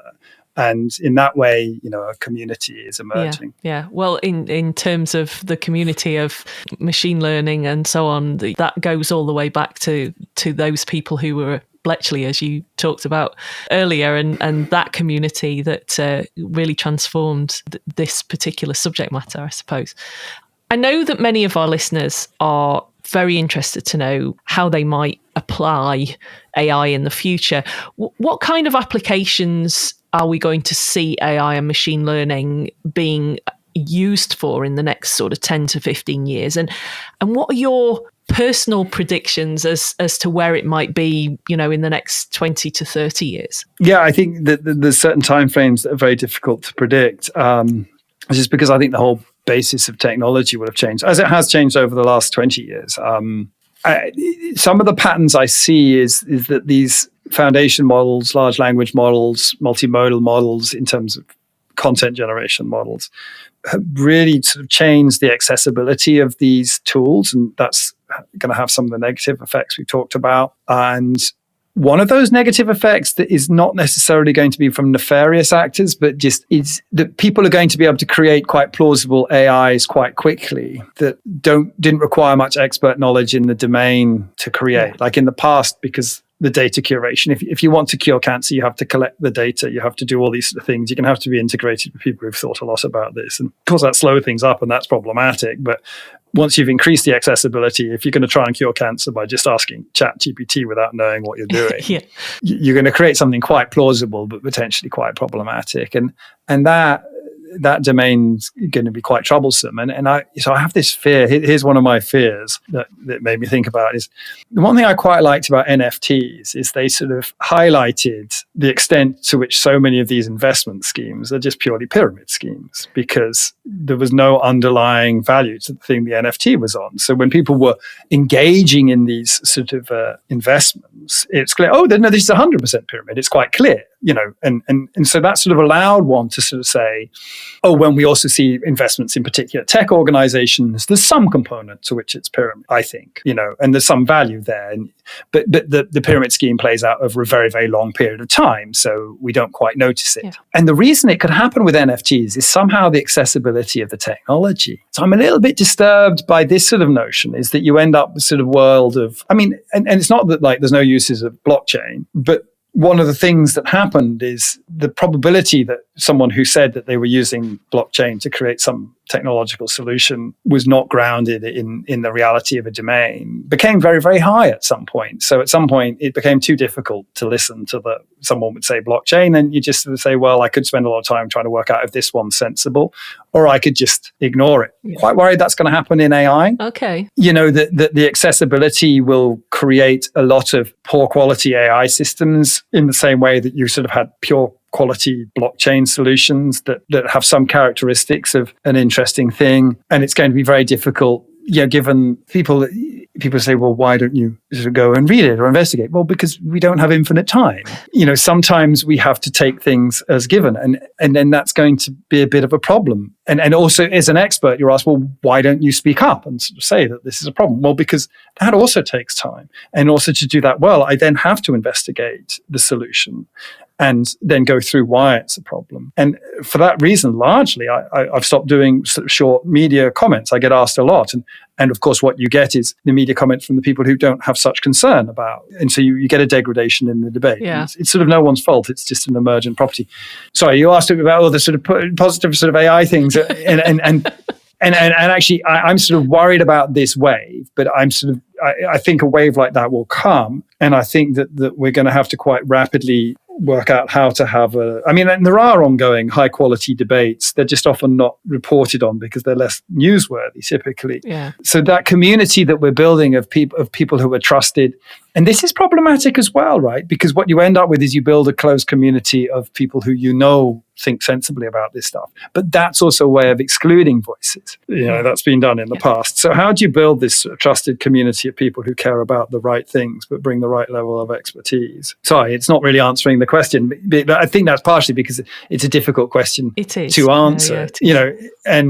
I hope for this future where we're not talking about it in some sense that it's just integrated. We understand capabilities and limitations, and we can wield it in the way that we would wield a computer to have a video conference or to catch up on our favorite television series without thinking twice about it.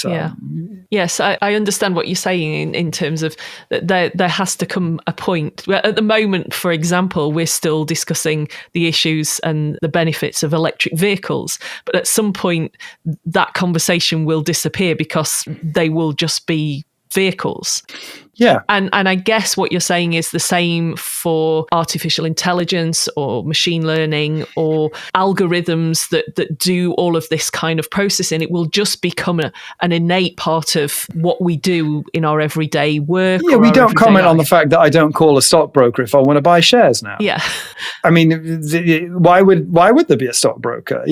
But there was, and that has had effects. I mean, and there's going to be, but I think that the interesting thing is the extent to which it's happening. And I think a driverless cars example is a very good one because people have been promising that for a while, and there are particular problems with which people were saying. I was saying them, about why this wasn't going to be a technology that was going to emerge quickly. I mean, trains. Trains are much easier to make driverless, right? Yet we haven't managed trains. Yeah. And then the other fun thing is, well, horses were actually kind of self-driving entities in some sense. But more seriously, there are problems in terms of the capabilities that you'd have to give such systems which fit with this narrative I was saying before. You have to, like all previous generations of automation, in order to assimilate driverless cars with the current technology, you would have to impose more controls on who has access to roads, just as we impose controls on motorways and railway lines, in order to allow that form of automation, or we put machines in factories, right? Because we haven't built a technology that is capable of interacting with humans. Just the basic point that you've got two options. Either your cars will run people over or they won't. And if they won't, people will walk out in front of them unless you introduce new laws that says you can't walk out in front of driverless cars and stop them from operating. Yeah. But these are sort of fundamental things that rely on a failing human to be behind the wheel that means that we don't do it today, right? Yeah. So these aren't even things you can sort of design your way out of unless you sort of change the way that we're fundamentally using our street infrastructure. And that is, that's a debate that maybe we want to have. But my answer would be, well, let's get bicycles on them. But that's not the intervention you need from a regulatory perspective.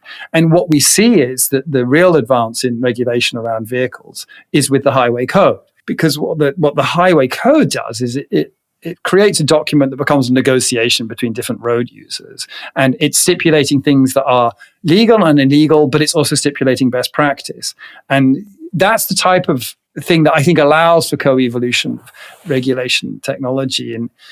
And actually, that's the sort of thing that, so I'm interim chair of the CDEI, and I can see, aspects of that, that they do, it's an advisory group. I can't claim responsibility for some of the great work they're doing with their recent algorithmic transparency recording standard, just starting to push out standards that people can use and thinking about those standards in terms of the different users and how they're going to be used, that form a point of debate, that try and capture our best understanding of the sort of issues that will arise with algorithmic use and try and inform best practice in public services. And then, if they're successful, I'm sure they'll be evolved because I'm sure that we won't have everything squared away. Then I suspect we'll start seeing them being more formally imposed. And that's kind of work we are doing in the UK, and it's exciting. We're very capable in terms of the quality of our civil service, and the capability of our expertise can come together and, in many regards, be world leading in this aspect. So I think the conclusion then is that we are still a long way from the sort of metropolis kind of robotic AI image that the film industry kind of creates. But actually, a lot of this will come down to humans in terms of accepting, understanding, and applying AI in the right way. And I suppose ultimately that comes down to us as engineers to ensure that two-way conversation is had, and that we perhaps are the gatekeepers to ensure this technology is used in the right way in the future. Yeah, I prefer curators rather than gatekeepers, because gatekeepers always feel like that they have some enhanced knowledge, whereas curators looking at diversity and bringing people in, and maybe even curators is too paternalistic. But I think that the main thrust of your point is correct, and I think it goes back to the start of our conversation. When we look at the term artificial intelligence, and what does it mean? It contains this very emotive word, intelligence. And you look back at the history of human beings and trying to understand their place in the cosmos, and even realizing the extent of the cosmos, you have an initial view that we're the center of this thing and that it can only all be about us, that has to evolve to, oh no, it's the sun, but it's still our solar system that's there, to this, oh no, we're just one amongst many things. And these are quite difficult aspects to psychologically grasp. Yeah. And what you're looking at with the term intelligence is something that hasn't been threatened in that way sort of 100 years ago. But all other aspects were, our ability to do labor, our ability to do motion. These were threatened in the Industrial Revolution. Samuel Butler writes about these things. And what we're seeing now is an assault on perhaps what many of us have felt is the last frontier. But I think we're quite lucky in that, although I'm not religious myself, when you look at a lot of our conversations around artificial intelligence, they closely mirror our historic conversations around religion. So you look at a lot of the sort of fears that are propagated about AI, they look very similar to sort of the Olympian Greek gods, in terms of these angry entities that will be all powerful, or ability to use that power myself to become immortal, or, transhumanism has great echoes of this sort of thing, and triumphalism, capabilities, and, power.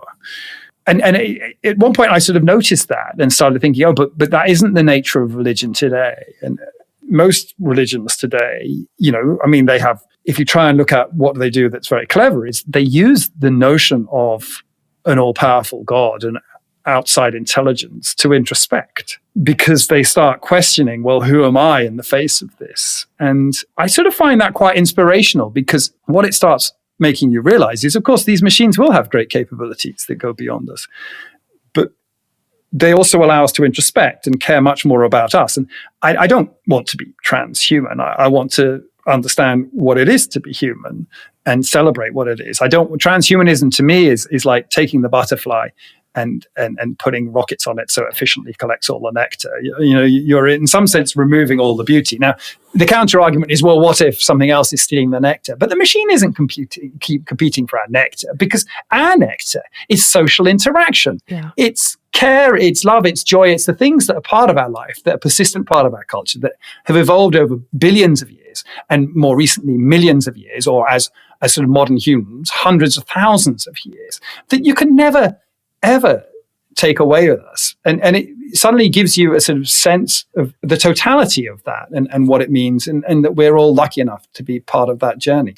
So I think from that perspective, AI gives us, my most positive point of view is AI gives us a place to stand and look back at ourselves and understand better ourselves. And as soon as we get through this further being taken down another peg or two in terms of being all powerful in the universe or the center of someone's creation, to, oh, hang on, we're just part of this thing. But we're an extraordinary part of that thing that is, I mean, what's the quote? Endless forms most beautiful, I think, is from Darwin. We're one of those forms that is particularly beautiful to us. And that in itself is enough. And rather than seeing AI as a threat to that, we can see AI as a lens through which we can see ourselves. Neil, I think that is possibly the most profound thing that I've ever heard on our podcast. Thank you so much for joining me on the show. It has been a delight to not only hear about the subject itself, but your passion for it as well. Thanks very much. Oh, thank you, Helen. It's really great. And it's a sort of honor as a sort of mechanical engineer myself to be invited. So thank you so much for thinking of me as a guest. That's all for this month. In next month's episode, we will be looking at the value of leadership and management skills, and why these kind of competencies are becoming increasingly important to young engineers starting out in their careers. I spoke with engineers, trainers and guest speakers at the recent 3-day Essential Management Skills Conference held in Leicester about why strong leadership is so vital in today's engineering industry. You've been listening to Impulse to Innovation, the Institution of Mechanical Engineers podcast. Thanks for listening.